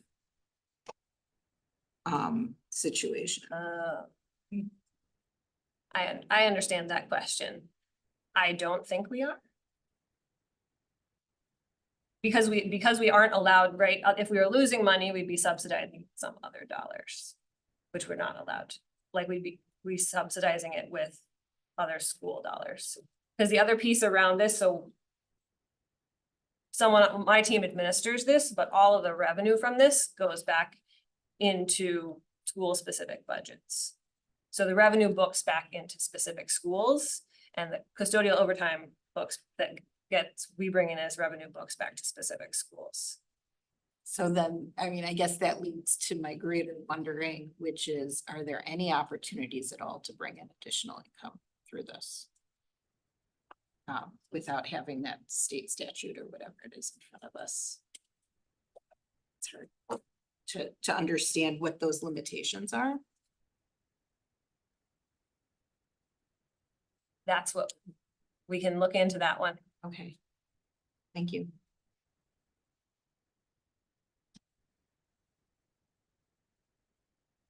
Any other questions? We will, will this be coming in July? Special meeting in July. Okay, all right, well, this will be coming to us, special meeting in July. That is going to be scheduled.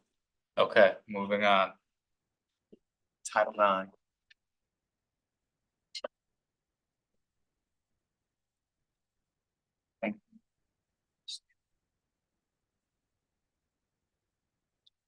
Hi, everyone. Taking a long evening. Does everyone know Yvetta? Oh, Yvetta. I met some of you around the room. Good to see everyone. Yvetta works in our legal services office. She is our Title IX coordinator. And so I think we have some updates that have come down that will impact our Title IX policy. And so she is here. There are 3 different documents you have in front of you. 2 of them are policies and then 1 kind of explaining the changes that are coming down as well. I'll turn it over to you, Yvetta. Thank you. I hope everyone can hear me okay. I'll start to go too much. As you said, I'm the Title IX coordinator. I'll just start with just a brief overview of Title IX. I'm sure you all know what it is. The federal Title IX law states, no person in the United States on the basis of sex shall be excluded from participation in, be denied the benefits of, or be subjected to discrimination under any education program or activity receiving federal financial assistance. So under Title IX, school districts, universities, and others receiving federal financial assistance were also known as recipients. MMSD is a recipient, and so we're required to implement Title IX programs that include policies and procedures according to the regulations that are set forth by the Department of Education's Office of Civil Rights. This allows us to be able to uphold this law, and it outlines a process for us that we use to address discrimination and harassment that's based on sex. Currently, MMSD has policies to protect staff, students, visitors from discrimination based on our protected classes like race, religion, national origin, and other classes. For example, we have the student non-discrimination policy 4620, that's for students. And then we have the non-discrimination policy 8012, that's for staff and visitors. So in accordance with federal Title IX regulations, we also have our separate policy and procedure for handling discrimination that's specific to sexual harassment and other sex and gender-based discrimination. That's our Title IX policy 8012A that we're going over this evening. Our Title IX policy 8012A protects all students, staff, visitors, volunteers, applicants, contractors, and board members from sex-based harassment and discrimination. The protected categories covered under Title IX are sex, gender, athletics, and pregnancy or related conditions. And while the new regulations added the following categories: sex stereotypes, sex characteristics, sexual orientation, and gender identity, MMSD has already included these categories in our policy and protections against sexual harassment. So we're a little bit ahead of the game. Sexual harassment is defined on a federal level in 4 categories. One is quid pro quo. There's the hostile environment or unwelcome conduct of a sexual nature, sexual assault, dating violence, domestic violence, and stalking. Most of the Title IX reports that we respond to on a daily and weekly basis within the district falls under the sexual harassment category, which is the unwelcome sex-based conduct that limits or denies a person's ability to access or participate in the educational programming. So although Title IX is a federal civil rights law that was passed in 1972, the Department of Education and OCR continue to make periodic updates to the regulations that guide us on how we are to execute our Title IX program.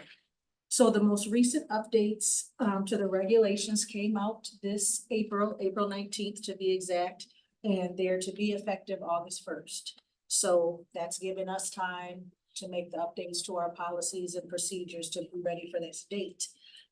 I believe the last update before this one happened in August of 2020.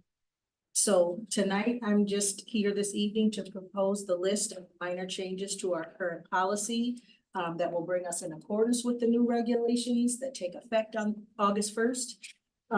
Like I said, MMSD already has a very detailed Title IX policy and Title IX procedure and process that we already use.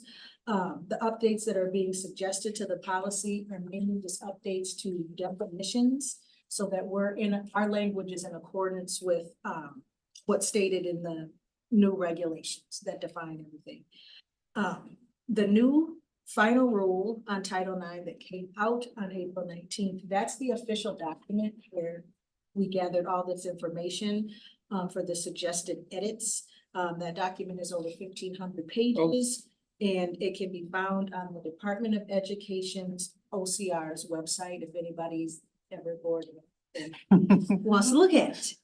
But again, I can tell you that MMSD's Title IX program and procedure that we have set up is one of the best I've seen.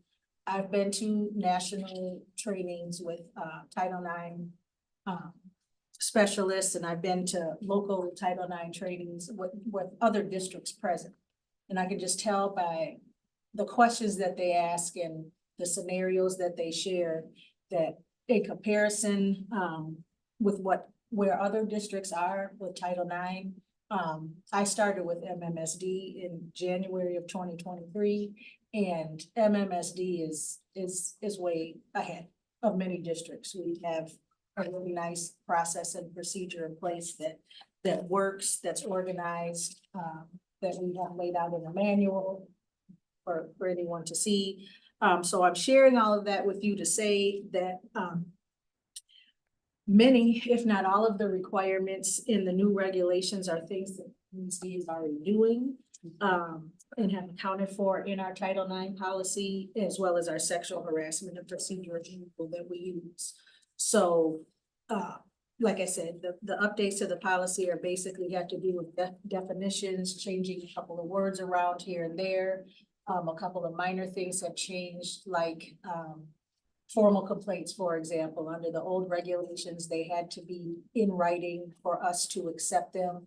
The new regulations just say, you know, someone can verbally tell me or their principal or what have you, that they want to file a formal complaint.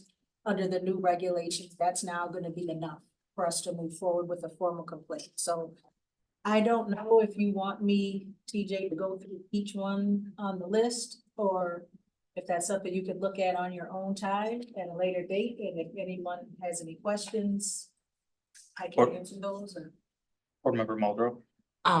I'm incredibly grateful that we get to revisit Title IX because the adjustments made to Title IX in 2020 made the board so deeply uncomfortable that we had a hard time voting in compliance with Title IX as defined by the Trump administration. Sure. I think one of the major difficulties of that vote was procedurally where the onus was gonna land for young people. So young people making an accusation that they had been harmed would experience tremendous disruption in their education for coming forward. And we had previously had that shifted to the young person who was being accused or had committed a violation of a peer. Can you talk through a little bit around kind of the operationalization of Title IX and how this will go into effect and revamp processes to be more in alignment with what we were doing originally? Yeah, so what I can share with you right now is that the new regulations give us a lot more leeway and flexibility in how we address reports. It's not just the standard of file a formal complaint or no, we have a lot more options in between for informal resolution. You know, just handling things, giving students the ability to kind of decide for themselves how they want things to be handled. I will say that the changes to the policy is probably the least of the work that we have to do. It is that policy and procedural manual that we have that outlines the entire process that we're going to update, and we'll be able to share with you more how that's gonna look, how things will change in our ability to address reports and complaints. I feel tremendously grateful for those adjustments, and deeply aware of some of the insensitivity that we were kind of forced to participate in via the revamp in 2020 by the Trump administration. I think lastly, I want to recognize that our LGBTQ youth are positioned very differently than they had been in Title IX via the Trump administration's interpretation of that. And so I think for our trans and gender non-conforming youth, Title IX is now extending to offer them affirming protection. And I think that we, as a district, get to celebrate that. And I very much appreciate you acknowledging MMSD's long-term commitment to having an expansive relationship to gender and sexuality. We're the second district in the state of Wisconsin to include gender expression and trans students in our non-discrimination policy. Yeah. And so we have a deep tradition of honoring our young people. I do think when you talk about sexual assault and sexual harassment, you have to acknowledge that developmentally, that means really different things for different students in this district. And so we don't want to criminalize or stigmatize behaviors that are really dangerous if a young person who is 15 participates in them, and means something very, very different if a young person who's 4 or 6 participates in them, right? Like what it means to touch another person's body or reveal a part of your body is different if you're like potty trained, right? And so I think that sometimes these conversations kind of make, force folks to think about like the worst possible things that can happen within schools. And I think that it's important to acknowledge that Title IX is designed to be applied in ways that are developmentally appropriate for young people, particularly with the reconsideration of it and this iteration of it. So thank you very much for joining us this evening. Thank you. I'm fine with those. Board member Fernando? I was just wondering if you could provide a quick clarification. So, from the student perspective, if you're talking to an educator, most, if not all of those educators are mandated reporters. And in the context of the like oral formal complaint, is that difference, like would the process after that be different than going through the mandated reporting process? And if so, like how? A really good question. Okay, I just want to make sure that I'm understanding your question. You said when a student expresses to an educator that they want to file a formal complaint, how does that affect the mandated reporting? Ask me again, please. Yeah, for sure. Sorry. So like for example, let's say like a high school student goes up to their teacher, they're like, hey, I have been sexually harassed in like this way. Would that start more of a mandated reporting route or more of like a formal complaint route? And if like, and what's the difference between the two? What it would trigger is for a Title IX coordinator or a Title IX liaison to reach out to that student to see how they want to proceed under Title IX. A student reporting that they've been sexually harassed, you mean by another student, for example? Yeah. Yeah, that would not trigger like you mean a mandated report to who? To Title IX To CCM. or to outside? No, it would not trigger a mandated report to CPS. CPS. Thank you. Mhm.